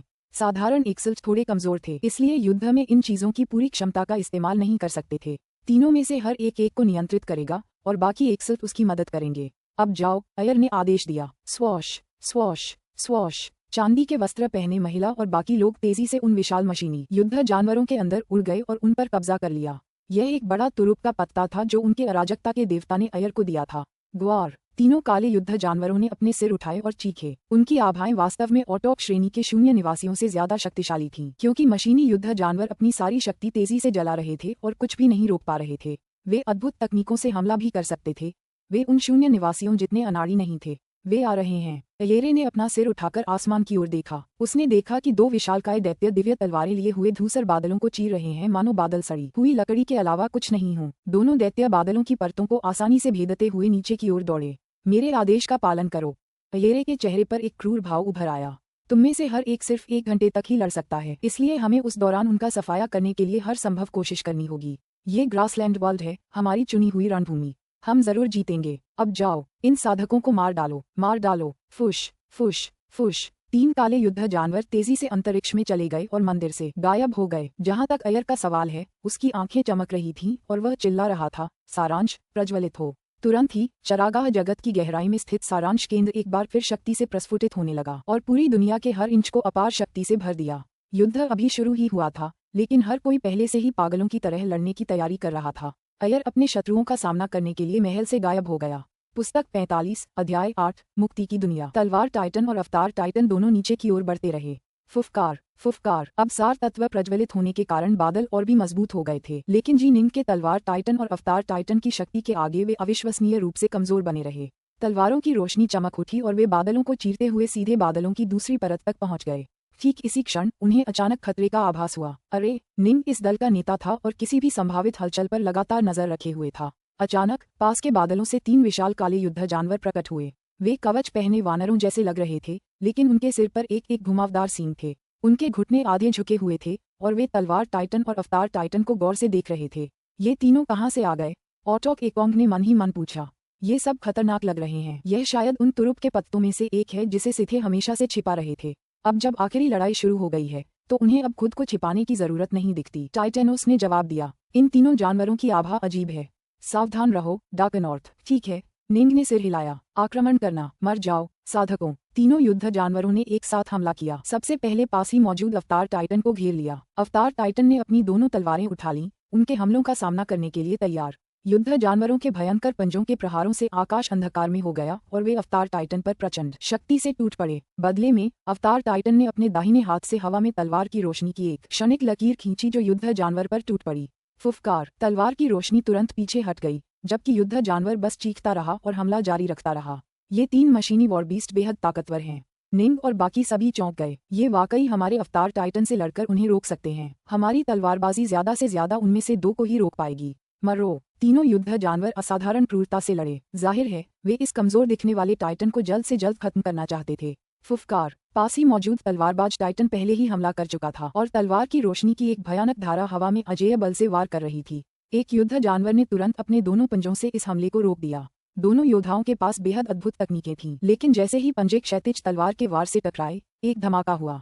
युद्ध जानवर पीछे की ओर उड़ गया और 10 लाख किलोमीटर पीछे उड़ने के बाद ही वह अपना पैर जमा पाया। फिर उसने एक बार फिर हमला किया। ये बेहद मजबूत है और इसके शल्क उस काले मीनार जितने मजबूत हैं जिसमें विनाश का गोला है। इसे चोट पहुंचाने का कोई उपाय नहीं है। निंग मन ही मन घबरा गया। झंझनाहट, झंझनाहट, झंझनाहट। एक के बाद एक बैंगनी सुनहरी जंजीरें दिखाई देने लगी और झंझनाहट की एक श्रृंखला सुनाई देने लगी। वे विशाल सांपों जैसे थे जो आकाश को ढक रहे थे और अपनी भयानक शक्ति से आभा बिखेरते हुए कमजोर अवतार टाइटन की ओर झपटे और उसे नष्ट करने की कोशिश कर रहे थे। जंजीरें इतनी खतरनाक नहीं हैं, निंग को उनकी ज्यादा चिंता नहीं थी। 3 काले युद्ध जानवर और 9 बैंगनी सुनहरी जंजीरें अवतार टाइटन पर लगातार भयंकर हमले कर रही थीं, लेकिन अवतार टाइटन और तलवार टाइटन एक दूसरे के साथ लड़ रहे थे। तलवार टाइटन विशेष रूप से शक्तिशाली था, जिसके हर वार से काले युद्ध जानवर आसानी से उड़ जाते थे और उनके लिए अवतार टाइटन पर कोई वास्तविक बढ़त हासिल करना असंभव हो जाता था। युद्ध जानवर वास्तव में काफी परेशान करने वाले थे, क्योंकि उनकी तकनीकें शानदार थीं और वे किसी भी तरह के नुकसान से अछूते थे। अरे, निंग, टाइटेनोस और बाकियों को अचानक एक नए खतरे का आभास हुआ। वे जल्दी से आसमान की ओर देखने लगे। तभी अय्यरे की आकृति प्रकट हुई। अय्यरे के वस्त्र उसके चारों ओर लहरा रहे थे और उसका शरीर प्रज्वलित सारतत्व से निकली ऊर्जाओं से बनी एक अद्भुत शक्ति आभा से आच्छादित था। वह इस समय सिर के बल नीचे की ओर गोता लगा रहा था। उसके हाथ प्रार्थना की मुद्रा में उसके सामने जुड़े हुए थे। उसके हाथों के बीच से सुनहरी रोशनी की एक अत्यंत चमकदार धारा निकल रही थी, जो बाहर फैलने की तैयारी कर रही थी। सर्वव्यापी प्रकाश। इसने लगभग तुरंत ही पूरे चरागाह जगत को रोशन कर दिया। ये रोशनी चकाचौंध कर देने वाली थी और इसने तलवार टाइटन और अवतार टाइटन दोनों पर भारी असर डाला। मर जाओ। अय्यरे ने अपना रुख बदला, अपना बायां हाथ पीछे खींचकर दाएं हाथ से धक्का दिया। उसने एक बार मोग के खिलाफ इसी तकनीक का इस्तेमाल किया था, लेकिन अब जब वह प्रज्वलित क्विंटेसेंस कोर की शक्ति का इस्तेमाल कर रहा था तो उसका वार पहले से कहीं ज्यादा शक्तिशाली था। मोग से लड़ते हुए उसे जरूरी ऊर्जा इकट्ठा करने में काफी समय लगा। इस बार वह काफी तेज था। अय्यरे इतना शक्तिशाली तो नहीं है, लेकिन उसकी अंतर्दृष्टि इतनी ऊंची है कि वह अपनी ऊर्जा का इस्तेमाल भयानक प्रभाव के लिए कर सकता है। निंग ने तुरंत तलवार टाइटन को तलवार से ऊपर की ओर काटने के लिए कहा, जिससे अय्यरे की नीचे की ओर मुड़ी हुई हथेली अवरुद्ध हो गई।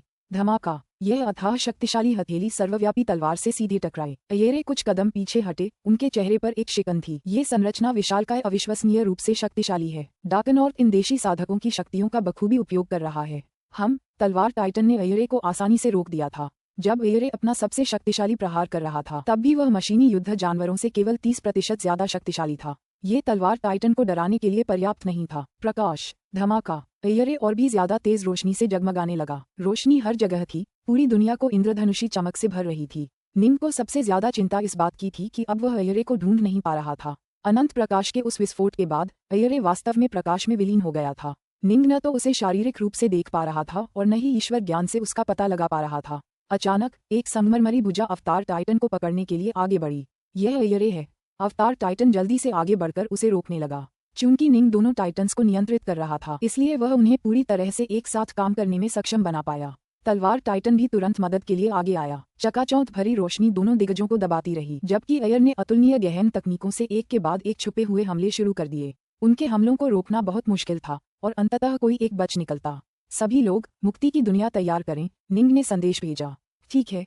टाइटनोस, मोग और बाकी सभी जानते थे कि वह क्षण आ गया है। वे इस तुरुप के पत्ते को किसी नाजुक मौके पर इस्तेमाल करने के लिए बचाकर रखने की योजना बना रहे थे, लेकिन अब वे इतने मुश्किल में थे कि उन्हें अपनी सुरक्षा बनाए रखना भी मुश्किल हो रहा था। तलवार टाइटन के लिए एक ही समय में युद्ध जानवरों, जंजीरों और अय्यरे से बचाव करना बहुत मुश्किल था। अवतार टाइटन इस समय बहुत खतरे में था और एक बार जब वह नष्ट हो गया तो उसके दुश्मन तलवार टाइटन पर अपने हमले केंद्रित करने के लिए स्वतंत्र हो जाएंगे। जब ऐसा होगा तो स्थिति और भी विकट हो जाएगी। Boom boom boom boom boom boom. अचानक एक साथ 6 शक्ति तरंगे फूट पड़ी। तलवार टाइटन और अवतार टाइटन के पैरों के ठीक नीचे सुनहरे पुल दिखाई देने लगे। ये आजादी के सुनहरे पुल थे। आजादी के 6 सुनहरे पुल एक षटकोणीय आकार में जुड़कर एक पूरी इमारत बन गए। वे अराजकता की दुनिया से इतनी शक्ति इकट्ठा करने लगे कि प्रज्वलित घास के मैदान की दुनिया की शक्ति से भी ज्यादा हो गई। ये याद रखना जरूरी है कि स्वतंत्रता के स्वर्णिम पुलों का मॉडल दाउगार्ड टावरों पर आधारित था। वे अराजकता ब्रह्मांड की ऊर्जाओं का विशाल भंडार एकत्रित और उपयोग करने में सक्षम थे। एक बार जब वे आपस में जुड़ जाते तो और भी अधिक ऊर्जा का उपयोग करने में सक्षम हो जाते। World stance. निंग दहाड़ा। फ्यूजन तलवारबाजी के लिए उसने यही एकमात्र डोमेन प्रकार का स्टांस बनाया था। World stance. गड़गड़ाहट। निंग, टाइटेनोस, बोलिन, स्काईफिडर, मोग, स्टोनरोल और एकोंग ने एक साथ अपने अपने डोमेन को मुक्त करना शुरू कर दिया। ऑटॉप बोलिन ने वास्तव में 2 डोमेन मुक्त किए, एक क्लॉड डाउबथ एसेंस के लिए और दूसरा संसार डाउबथ एसेंस के लिए। जहां तक निंग का सवाल है, वह अनंत ओमेगा तलवार दाउ डोमेन को नियंत्रित करने और उन्मुक्त करने के लिए जिम्मेदार था। सभी 8 डोमेन एक साथ आए और केओसवस की शक्ति के साथ साथ स्वर्णिम पुलों की शक्ति का भी लाभ उठाया। निंग का ओमेगा स्वॉर्ड दाउ डोमेन इन सभी अलग अलग डोमेन को एक साथ जोड़ने में सक्षम था, जिससे विभिन्न प्रकार की शक्तियां तलवार प्रकाश की चमकदार धाराओं में एक साथ विलीन हो गईं। पूरी दुनिया तलवार प्रकाश की अनगिनत धाराओं से भर गई, जिनमें से प्रत्येक एक अलग प्रकार की डोमेन ऊर्जा से बनी थी। इस डोमेन की शक्ति अय्यर के प्रकाश के डोमेन से कहीं अधिक थी। ये है अय्यरे और युद्ध जानवरों को ऐसा महसूस हुआ जैसे तलवार की रोशनी की अनगिनत धाराओं ने उन्हें घेर लिया है और उन पर दबाव डाल रही हैं और उन्हें अपनी हर एक हरकत के साथ इसका विरोध करने के लिए मजबूर कर रही हैं। ये 8 अलग अलग प्रकार की डोमेन ऊर्जा और स्वतंत्रता के स्वर्णिम पुलों की शक्ति मिलकर इस डोमेन मुक्ति की दुनिया का निर्माण करती है। निंग और बाकी सभी उत्साहित थे। जैसे ही मुक्ति की दुनिया डोमेन मुक्त हुआ, अयर और बाकी सभी नाटकीय रूप से कमजोर हो गए। यहाँ तक कि 9 बैंगनी स्वर्ण जंजीरें भी काफी कमजोर हो गईं और परिणामस्वरूप निंग और बाकी सभी ने तुरंत बढ़त हासिल कर ली।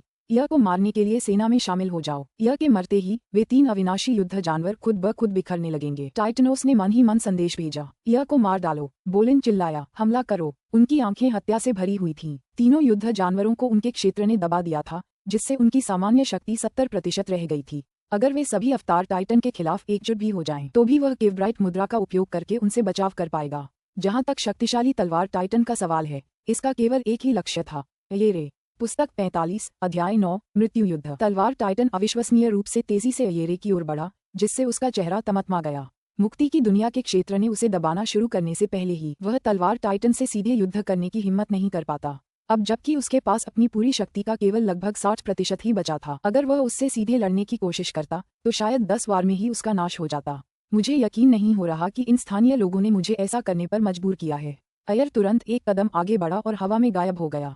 धिक्कार है। तलवार टाइटन की महान तलवार ने उस जगह को चीर दिया जहां अयरे अभी था और हवा के अलावा कुछ नहीं मारा। जी निंग, बोलिन, टाइटनोस और बाकी लोग मन ही मन इससे क्रोधित हो गए। हालांकि बाहरी दुनिया में भी अयरे अपनी इच्छानुसार युद्ध से अलग हो सकता था। यहाँ ग्रासलैंड वर्ल्ड में उसके लिए यह और भी आसान था। चूंकि वह भाग गया है, तो आइए पहले उन 3 युद्ध जानवरों को पकड़ें और फिर ग्रासलैंड वर्ल्ड के केंद्र को नष्ट करें। ग्रासलैंड वर्ल्ड और 3 युद्ध जानवरों के बिना अयरे ज्यादा उत्पात नहीं मचा पाएगा। निंग और बाकी सभी जानते थे कि स्थानीय अराजकता सामग्री के दमन के कारण अयरे ज्यादा शक्ति नहीं जुटा पा रहा था। उन्हें खतरा पैदा करने के लिए उसे शक्तिशाली खजाने बनाने और उनका इस्तेमाल करने थे। हालांकि खजाना जितना ज्यादा शक्तिशाली होगा, उसे बनाने में उतनी ही ज्यादा लागत आएगी। ग्रासलैंड वर्ल्ड और एनिहिलेशन हाइव को बनाने में अयरे को युगों लग गए थे। अगर वे ग्रासलैंड वर्ल्ड को नष्ट करने में कामयाब हो जाते, तो अयरे को उन्हें फिर से चुनौती देने में युगों लग जाते। तब तक साधक अभी की तुलना में कहीं ज्यादा शक्तिशाली हो चुके होते।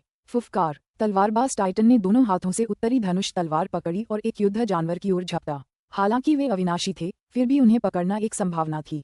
ग्वार, ग्वार, ग्वार। तीनों काले युद्ध जानवर अलग हो गए और 3 अलग अलग दिशाओं में चले गए। अचानक तीनों ने अपने सिर ऊपर उठाए, जिससे उनके माथे पर एक अजीब सा काला सफेद चिन्ह उभर आया। अरे! तलवार टाइटन और अवतार टाइटन दोनों उस आकृति को देखने के लिए मुड़े जो अभी अभी उनके ऊपर प्रकट हुई थी। यह अयरे था, जो कुछ ही क्षण पहले गायब हो गया था। अयरे के माथे से भी एक काला सफेद चिन्ह निकल रहा था।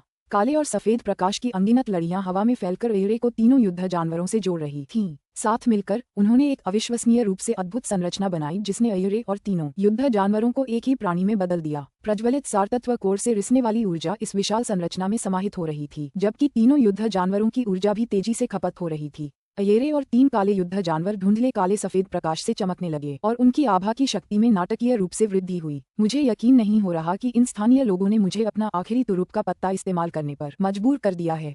अयर ने दांत पीस लिए। अंततः यह अंतिम लड़ाई अयर की उम्मीदों से बढ़कर साबित हुई। अयरे का मानना था कि चूंकि यह युद्ध ग्रासलैंड वर्ल्ड में हो रहा था, इसलिए उसकी 3 युद्ध जानवरों की और बैंगनी सुनहरी जंजीरों की संयुक्त शक्तियां जीत हासिल करने के लिए काफी होंगी। अफसोस, निंग ने पहले एक और भी शक्तिशाली तलवार कला बनाई थी, जिसमें एक अतिरिक्त दाव बदसार था और फिर मुक्ति क्षेत्र की दमनकारी शक्ति को उजागर कर दिया था। इन सब बातों ने अयरे को अपना आखिरी पत्ता खोलने पर मजबूर कर दिया था।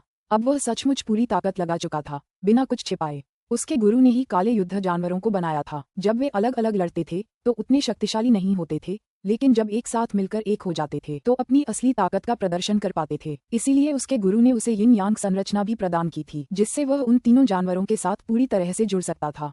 हालांकि इससे तीनों युद्ध जानवरों की शक्ति और भी जल्दी खत्म हो जाती। मर जाओ। अयरे उनके ऊपर था, जबकि तीनों युद्ध जानवर उनके चारों ओर चक्कर लगा रहे थे। चारों काले सफेद प्रकाश के अलौकिक प्रभामंडलों से चमक रहे थे और अनगिनत धागों ने उन्हें एक साथ जोड़ रखा था जब वे तलवार टाइटन और अवतार टाइटन की ओर बढ़ रहे थे। धमाका। स्वॉर्ड टाइटन और अयरे ने एक दूसरे पर वार किए। नतीजा ये हुआ कि अयरे पीछे की ओर उड़कर गिर पड़ा, लेकिन उसने जल्दी से खुद को संभाला और एक बार फिर आगे बढ़ा। वह वाकई बहुत ज्यादा शक्तिशाली हो गया है। निंग, टाइटनोस और बाकी सभी हैरान थे। मुक्ति की दुनिया अयरे को दबा रही थी, लेकिन फिर भी उसकी शक्ति में तेजी से वृद्धि हुई और वह तलवार टाइटन की 70% शक्ति तक पहुंच गया। अपनी गहरी अंतर्दृष्टि के कारण वह अब तलवार टाइटन के खिलाफ लगातार युद्ध करने में पूरी तरह सक्षम था। अगर वह भी इतना शक्तिशाली हो गया है, तो उन 3 युद्ध जानवरों का क्या होगा? निंग और अन्य लोग जानते थे कि स्थिति अब बदतर हो गई है। धमाका धमाका धमाका। अवतार टाइटन को घेर लिया गया था। उसने बचाव के लिए अपनी तलवारबाजी का इस्तेमाल किया और सबसे ज्यादा रक्षात्मक मुद्रा केवब्राइट मुद्रा पर ध्यान केंद्रित किया। उसने तुरंत इस मुद्रा का लगातार 15 बार इस्तेमाल किया, लेकिन वह पहले से ही बेहद खतरनाक स्थिति में था। तलवारबाज टाइटन ने तुरंत अपनी तलवार लहराई और अवतार टाइटन को मजबूत करने के लिए आगे बढ़ा। हा, मूल निवासी साधकों, तुम्हारा विनाश निश्चित है। तुम सब मरोगे, तुम में से कोई भी नहीं बचेगा। अय्यरे अवतार टाइटन को भी नष्ट करने में मदद करने के लिए आगे बढ़े। स्थिति तुरंत बेहद विकट हो गई थी। हालांकि मुक्ति की दुनिया सिथे पर भारी पड़ रही थी, फिर भी सिथे का पलड़ा भारी था। बस 2 सेकंड बाद दोनों दिग्गज एक साथ काम करने के बावजूद बेहद प्रतिकूल स्थिति में थे। हम इसे ऐसे ही नहीं चलने दे सकते। अगर हम सिर्फ बचाव करेंगे तो हम निश्चित रूप से हार जाएंगे। अवतार टाइटन के टुकड़े टुकड़े होने से पहले हम शायद 10 सेकंड भी नहीं टिक पाएंगे। एक बार ऐसा हुआ तो तलवार टाइटन भी गिर जाएगा और नष्ट हो जाएगा। हम ये लड़ाई हार जाएंगे। वे सभी यह बात समझ रहे थे, इसलिए वे सभी बेहद चिंतित थे। हालांकि उन्होंने पहले ही अपना सब कुछ लगा दिया था। यह अविश्वसनीय था कि वे शक्ति के इस वर्तमान स्तर तक पहुंच गए थे। हम कुछ नहीं कर सकते। चलो पूरी ताकत लगा देते हैं। पूरी ताकत से आगे बढ़ो, पूरी ताकत से। बोलिन, मोग, स्टोन रूल, एकोंग, स्काईफीडर, टाइटेनोस और निंग सभी ने एक ही विचार साझा किया। वाह! उनके शरीर अचानक रोशनी से चमकने लगे और शक्ति का एक भयानक आभामंडल चारों ओर फैलने लगा। ये याद रखना जरूरी है कि उनके शरीर पूरी तरह से मन से बने थे। नतीजतन उनके शरीर में ऊर्जा का अद्भुत भंडार था। निराशा से ग्रस्त हेजेमोन और सम्राट आत्मविस्फोट का विकल्प चुनते थे, क्योंकि इतनी बड़ी मात्रा में ऊर्जा का अचानक मुक्त होना एक अविश्वसनीय विस्फोट उत्पन्न करता था। 3 लोगों के अंतिम युद्ध के दौरान कई अमर और दुष्ट देवताओं ने ओल्ड मैन युआन को घातक प्रहार देने के लिए आत्मविस्फोट के माध्यम से खुद को बलिदान कर दिया था। निंग एक ओमेगा सम्राट था, जबकि बाकी 6 ऑटोक थे। वे आत्मविस्फोट का विकल्प नहीं चुनते, क्योंकि आत्मविस्फोट शायद अय्यरे जैसे किसी व्यक्ति को मारने के लिए भी पर्याप्त नहीं होता, जो जीवित रहने में बेहद कुशल था। अगर वे सातों मर जाते और अय्यरे बच जाता तो वे ये युद्ध हार जाते। उतनी ही महत्वपूर्ण बात यह है कि अपनी वर्तमान अंतर्दृष्टि के स्तर पर इन सातों का अपने शरीर पर अद्भुत और पूर्ण नियंत्रण था। आत्मविस्फोट का परिणाम बस इतना होता कि विस्फोट से ऊर्जा बेतरतीब ढंग से बिखर जाती। यह एक मूर्खतापूर्ण निर्णय था और उन्होंने कुछ और ही चुना था, अपने शरीर के एक हिस्से को अपरिष्कृत शक्ति में बदलना। निंग और ऑटोक्स ने अपने मांस और रक्त के कुछ अंशों की बलि देने का फैसला किया था। उनके शरीर प्रकाश से चमकने लगे और उनमें से भयानक शक्ति फूटने लगी। सामान्य युद्ध में उनके लिए 10,000 वार करना आसान था, क्योंकि वे जितनी ऊर्जा इस्तेमाल करते थे उतनी ही ऊर्जा पुनः प्राप्त कर लेते थे। हालांकि अब उन सभी को खुद पर लगे गंभीर घाव लगे, क्योंकि उन्होंने अपने शरीर में जमा आधी से ज्यादा ऊर्जा खर्च कर दी थी। यह एक पूर्ण सीमा थी। अगर वे और भी ज्यादा ऊर्जा जलाते तो उनकी क्षतिग्रस्त सच्ची आत्माएं इस स्तर की शक्ति पर पूर्ण नियंत्रण नहीं रख पाती। आखिरकार मन का एक एक कण उनकी आत्माओं और सच्ची आत्माओं में समाया हुआ था। अगर वे बहुत ज्यादा ऊर्जा खो देते तो उनकी सच्ची आत्माएं इतनी कमजोर हो जाती कि वे नियंत्रण नहीं रख पाती। केवल पूर्ण नियंत्रण बनाए रखकर ही वे शक्ति के अद्भुत स्तर को उजागर कर पाते। ऐसा जोखिम उठाने के लिए ये सबसे आदर्श उपयुक्त समय था, लेकिन वे ऐसा सिर्फ एक बार ही कर सकते थे। ऐसा इसलिए था क्योंकि इस हमले के बाद वे सभी इतने बुरी तरह घायल हो जाते कि उनकी ताकत का सिर्फ 40% ही बचता। इस हमले को दोहरा पाना उनके लिए संभव नहीं था और इसलिए ये सचमुच उनका आखिरी दम का हमला था। हमें जीतना है, मार डालो। ऑटोक बोलिन का पूरा शरीर रोशनी से चमक उठा, क्योंकि उसका कटा हुआ मांस और खून कच्ची शक्ति में बदल गया। वह उस पर नियंत्रण बनाए रखने में कामयाब रहा, जिससे वह फटने के बजाय उसके चारों ओर घूमने लगा। मरने के लिए तैयार हो जाओ। ऑटोक एकोंग दहाड़ा। उसका शरीर विनाश दावबत्सार की भयानक ऊर्जाओं से घिरा हुआ था। स्काईफीडर, मोग, स्टोन रूल, टाइटेनोस और अन्य सभी अपनी अपनी ऊर्जाओं को नियंत्रित करते थे। निंग की बात करें तो वह अपनी तलवार दाव की अविश्वसनीय शक्ति का उपयोग करता था। तुम सब मर जाओ। तलवार टाइटन की आभा अचानक आसमान छू गई, जिससे पूरा चरागाह जगत कांप उठा। 7 ऑटोकों द्वारा अपने आधे से ज्यादा शरीर का बलिदान देने से उत्पन्न ऊर्जा की मात्रा बहुत ज्यादा थी। उन्होंने इसका एक छोटा सा हिस्सा ही मुक्ति जगत में पहुंचाया, लेकिन उस क्षेत्र की शक्ति तुरंत आसमान छू गई। धमाक धमाक धमाक। तलवार की रोशनी की अनगिनत किरणें नीचे की ओर दबाव डालती हुईं नीचे के बादलों को धूल में मिलाती गईं और यहाँ तक कि सबसे नीचे के चरागाहों को भी कुचलती गईं। धमाका। चरागाह की दुनिया तलवार की रोशनी से इस कदर दब गई थी, मानो किसी विशाल अदृश्य हाथ ने उसे एक परत से ढक दिया हो। यह उन 7 द्वारा अभी अभी छोड़ी गई ऊर्जा की एक छोटी सी मात्रा से ज्यादा कुछ नहीं था। वे शेष शक्ति पर नियंत्रण बनाए हुए थे और उसका इस्तेमाल एक भयानक प्रहार करने के लिए करने की तैयारी कर रहे थे। ये शक्ति की वह अधिकतम मात्रा थी जिसे उनकी क्षतिग्रस्त सच्ची आत्माएं पूरी तरह से नियंत्रित कर सकती थीं। अय्यरे को लग रहा था कि मौत उसकी ओर आ रही है। जब उसने देखा कि उसके सामने यह विस्फोटक आभा कितनी भयावह है, तो उसने इससे सीधे बचाव करने के बारे में सोचा भी नहीं। यह शायद इन साधकों की आखिरी हताशा भरी चाल है। ऐसा कोई तरीका नहीं है जिससे वे ऐसा दूसरा हमला कर पाएं। अगर मैं इसे टाल पाया तो मैं जीत जाऊंगा। वापस हटो, अय्यरे ने आदेश दिया। फुश फुश फुश फुश। अय्यरे और तीनों युद्ध जानवर एक साथ पीछे हटे, शून्य में गायब हो गए। मूर्ख साधकों, ये चरागाहों की दुनिया है। ये हमारा चुना हुआ युद्ध क्षेत्र है। अयर की आवाज दुनिया में गूंज उठी। तुम मूर्ख हो, मूर्ख। निंग और एकोंग ने लगातार उग्र प्रत्युत्तर दिए। उनकी आवाजें आकाश में गूंज उठीं। धमाक धमाक। अवतार टाइटन और तलवार टाइटन एक साथ नीचे की ओर बढ़े, घास के मैदानों में धंसते हुए। जैसे ही उन्होंने ऐसा किया, वे तुरंत उसकी गहराई में झपक गए।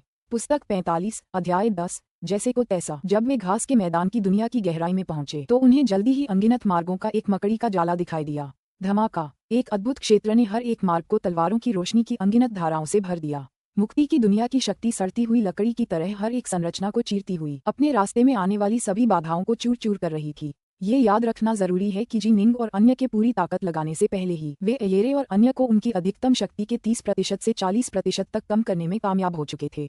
अब जब ऑटोक पूरी ताकत लगा चुके थे तो मुक्ति की दुनिया इतनी अविश्वसनीय रूप से शक्तिशाली थी कि वह लगभग तुरंत ही साधारण ऑटोकों को कुचलकर मार डालने में सक्षम थी। यहाँ तक कि बादलों की 9 परतें भी ऊर्जा की इस तीव्रता को रोकने में पूरी तरह से असमर्थ थीं। घास के मैदानों के अंदर गहरे अवरोधक निर्माण तो और भी अधिक असमर्थ थे। मुझे मिल गया है। इस दुनिया का सार वहाँ उस महल में है। मुक्ति की दुनिया की बदौलत निंग और बाकी लोग घास के मैदान की दुनिया के बिल्कुल नीचे स्थित एक पूरी तरह से बंद महल को महसूस कर पाए। यह महल लगभग 10,000 किलोमीटर बड़ा था और घास के मैदान की दुनिया से निकलने वाली सारी ऊर्जा दरअसल इसी महल से निकलती थी। वे साफ तौर पर महसूस कर सकते थे कि कैसे महल को ढंकने वाली गहरी घनी नीली आभा लगातार हर दिशा में फैल रही थी। अगर हम सार तत्व को नष्ट कर दें तो अयेरे और बाकी लोग नाटकीय रूप से कमजोर हो जाएंगे। वे तीनों युद्ध जानवर हमसे बच नहीं पाएंगे। वे तुरंत प्रकाश की एक किरण में बदल गए। अस्त व्यस्त रास्तों से गुजरते हुए महल के और करीब पहुंच गए। अयेरे अपनी उच्च स्तर की अंतर्दृष्टि के कारण आसानी से बच निकलने में सक्षम था, लेकिन तीनों युद्ध जानवर केवल ग्रासलैंड विश्व की शक्ति के कारण ही बच निकलने में सक्षम थे। काले युद्ध जानवरों के प्रभारी सिथे की अंतर्दृष्टि निंग के बराबर ही थी। निंग के अराजकता विज्ञान में उनकी भागने की तकनीकें निंग से कहीं कमतर थीं। जब तक ऑटोक ग्रासलैंड विश्व को नष्ट कर सकते थे तब तक वे तीनों युद्ध जानवरों को एक एक करके हरा और पकड़ सकते थे। एक बार जब अयेरे अकेला बच गया तो उससे निपटना बहुत आसान हो जाएगा। लेकिन जाहिर है ये सब तभी संभव था जब वे ग्रासलैंड वर्ल्ड को नष्ट कर दें। धिक्कार है। जब अयेरे ने तलवार टाइटन और अवतार टाइटन को तेज गति से सार तत्व की ओर बढ़ते हुए महसूस किया तो वह तुरंत चिंतित हो गया। वे उस सारी शक्ति पर नियंत्रण कैसे रख पा रहे हैं और उसे विस्फोट से कैसे रोक पा रहे हैं। अगर किसी के पास बहुत ज्यादा शक्ति हो तो उस पर नियंत्रण बनाए रखना नामुमकिन होता। उन्हें तुरंत उसे हमले के रूप में छोड़ना पड़ता। हालांकि निंग और बाकी लोगों ने इस समस्या के बारे में पहले ही सोच लिया था। उन्होंने अपने शरीर का केवल 60% ही त्यागा, न कि 90% जैसा कि उन्होंने शुरू में सोचा था। परिणामस्वरूप ऊर्जा का स्तर उनके नियंत्रण के दायरे में ही था। वे इसे अपनी इच्छानुसार छोड़ या वापस ले सकते थे। हालांकि यह उस शुद्ध विनाशकारी शक्ति से कहीं कमजोर थी जो एक ही बार में ज्यादा त्यागने से उत्पन्न होती। फिर भी इसने एक ऐसे हमले की अनुमति दी जिसे वे निशाना बनाकर नियंत्रित कर सकते थे। अंततः दूसरा वाला कहीं ज्यादा खतरनाक था। अयेरे, हमें क्या करना चाहिए? क्या हम बस उन्हें चरागाह जगत के सारतत्व को नष्ट करते हुए देखते रहेंगे? एक बार ऐसा हो जाने पर हम शायद उन्हें हरा नहीं पाएंगे। लाल वस्त्रधारी व्यक्ति ने मन ही मन संदेश भेजा। इस समय उनके पास बहुत बड़ा लाभ था, लेकिन ये काफी हद तक प्रज्वलित सारतत्व के प्रबल प्रभाव के कारण था। जिस संरचना का वे उपयोग कर रहे थे उसके लिए उन्हें प्रज्वलित सारतत्व की ऊर्जाओं का भी उपयोग करना आवश्यक था। जाओ जाओ जाओ जाओ जाओ जाओ, उन्हें रोको। अयेरे दहाड़ा, किसी भी कीमत पर उन्हें रोको। विनाश छत्ते का केंद्र विनाश का क्षेत्र था जिसमें पूर्ण विनाश के रहस्य छिपे थे। इसे नष्ट करना बेहद मुश्किल था। हालांकि ग्रासलैंड वर्ल्ड का केंद्र एक सामान्य सार था जिसे नष्ट करना कहीं ज्यादा आसान था। Whoosh whoosh whoosh whoosh. अयर और 3 युद्ध जानवर आसानी से मुख्य महल के बाहर की ओर चले गए। वे बस आने ही वाले हैं। अयेरे और बाकी लोग अपने सामने के अंधेरे रास्तों को घूर रहे थे। एक भयावह आभा उन अंधेरे रास्तों की ओर बढ़ने लगी थी। यह इलाका बहुत पहले ही तलवारों की रोशनी की अनगिनत धाराओं की शक्ति से भर चुका था, लेकिन तलवारों की रोशनी इतनी तेज नहीं थी कि उनकी जान ले ले। ये बहुत ज्यादा शक्ति है, बहुत ज्यादा। क्या हम उन्हें रोक सकते हैं? चांदी के वस्त्र पहने महिला, उसके 2 सहकर्मी और कई सिथे एक साथ सभी के दिल कांप उठे। तुम कर सकते हो और तुम्हें करना भी चाहिए। अगर हम हार गए तो साधक तुम्हें नहीं छोड़ेंगे, तुम सब मर जाओगे। अयेरे ने दांत पीस लिए, उसकी आंखें क्रूर हो गईं। सबसे महत्वपूर्ण क्षण आ गया था। और ये 3 युद्ध जानवर मेरे स्वामी ने खुद बनाए थे। इन्हें नष्ट करने की शक्ति तो मुझमें भी नहीं है, इन साधकों में तो बिल्कुल नहीं। ये सुनकर बाकी लोग थोड़े शांत हुए। वे अयर के गुरु पर अंधविश्वास से भर गए थे। ये रहे। अयर और बाकी सभी की धड़कनें तेज हो गईं जब वे 2 विशालकाय आकृतियां अंधेरी गलियों से बाहर निकलीं। तलवार टाइटन और अवतार टाइटन एक दूसरे के ठीक बगल से उड़े। ये अयरे और उसके गुर्गे हैं। मुझे पता था कि वे सिर्फ देखते नहीं रहेंगे जब हम सार तत्व को नष्ट कर देंगे। निंग और बाकी लोग जानते थे कि सच्चाई का क्षण आ गया है। शुल्क, किसी भी कीमत पर उस महल में घुस जाओ। निंग और बाकी लोगों ने जरा भी संकोच नहीं किया। अवतार टाइटन आगे चल रहा था और तलवार टाइटन पीछे से महल की ओर बढ़ रहा था। जब तक वे उसे छू पाते वे उसके अंदर पलकें झपका सकते थे। इन्हें रोको, अयेरे ने भयंकर गर्जना की। एक के बाद एक बैंगनी सुनहरी जंजीरें महल के सामने रक्षात्मक रूप से नाचने लगीं, जबकि तीनों काले युद्ध जानवर एक साथ तलवार टाइटन और अवतार टाइटन को रोकने के लिए आगे बढ़े। भाड़ में जाओ। अवतार टाइटन का काम रास्ता साफ करना था, लेकिन बैंगनी सुनहरी जंजीरों को अयर अद्भुत तरीके से नियंत्रित कर रहा था। वे सभी अवतार टाइटन के सामने से हट गए और तलवार टाइटन पर वार करने के लिए उसके पीछे कुंडली मारकर खड़े हो गए। अयर और बाकी सभी जानते थे कि अवतार टाइटन उतना बड़ा खतरा नहीं था। असली खतरा तलवार टाइटन ही था, जिसके पास अपार शक्ति थी। बढ़ो बढ़ो बढ़ो। तीनों काले युद्ध जानवरों का आकार अचानक नाटकीय रूप से बढ़ गया।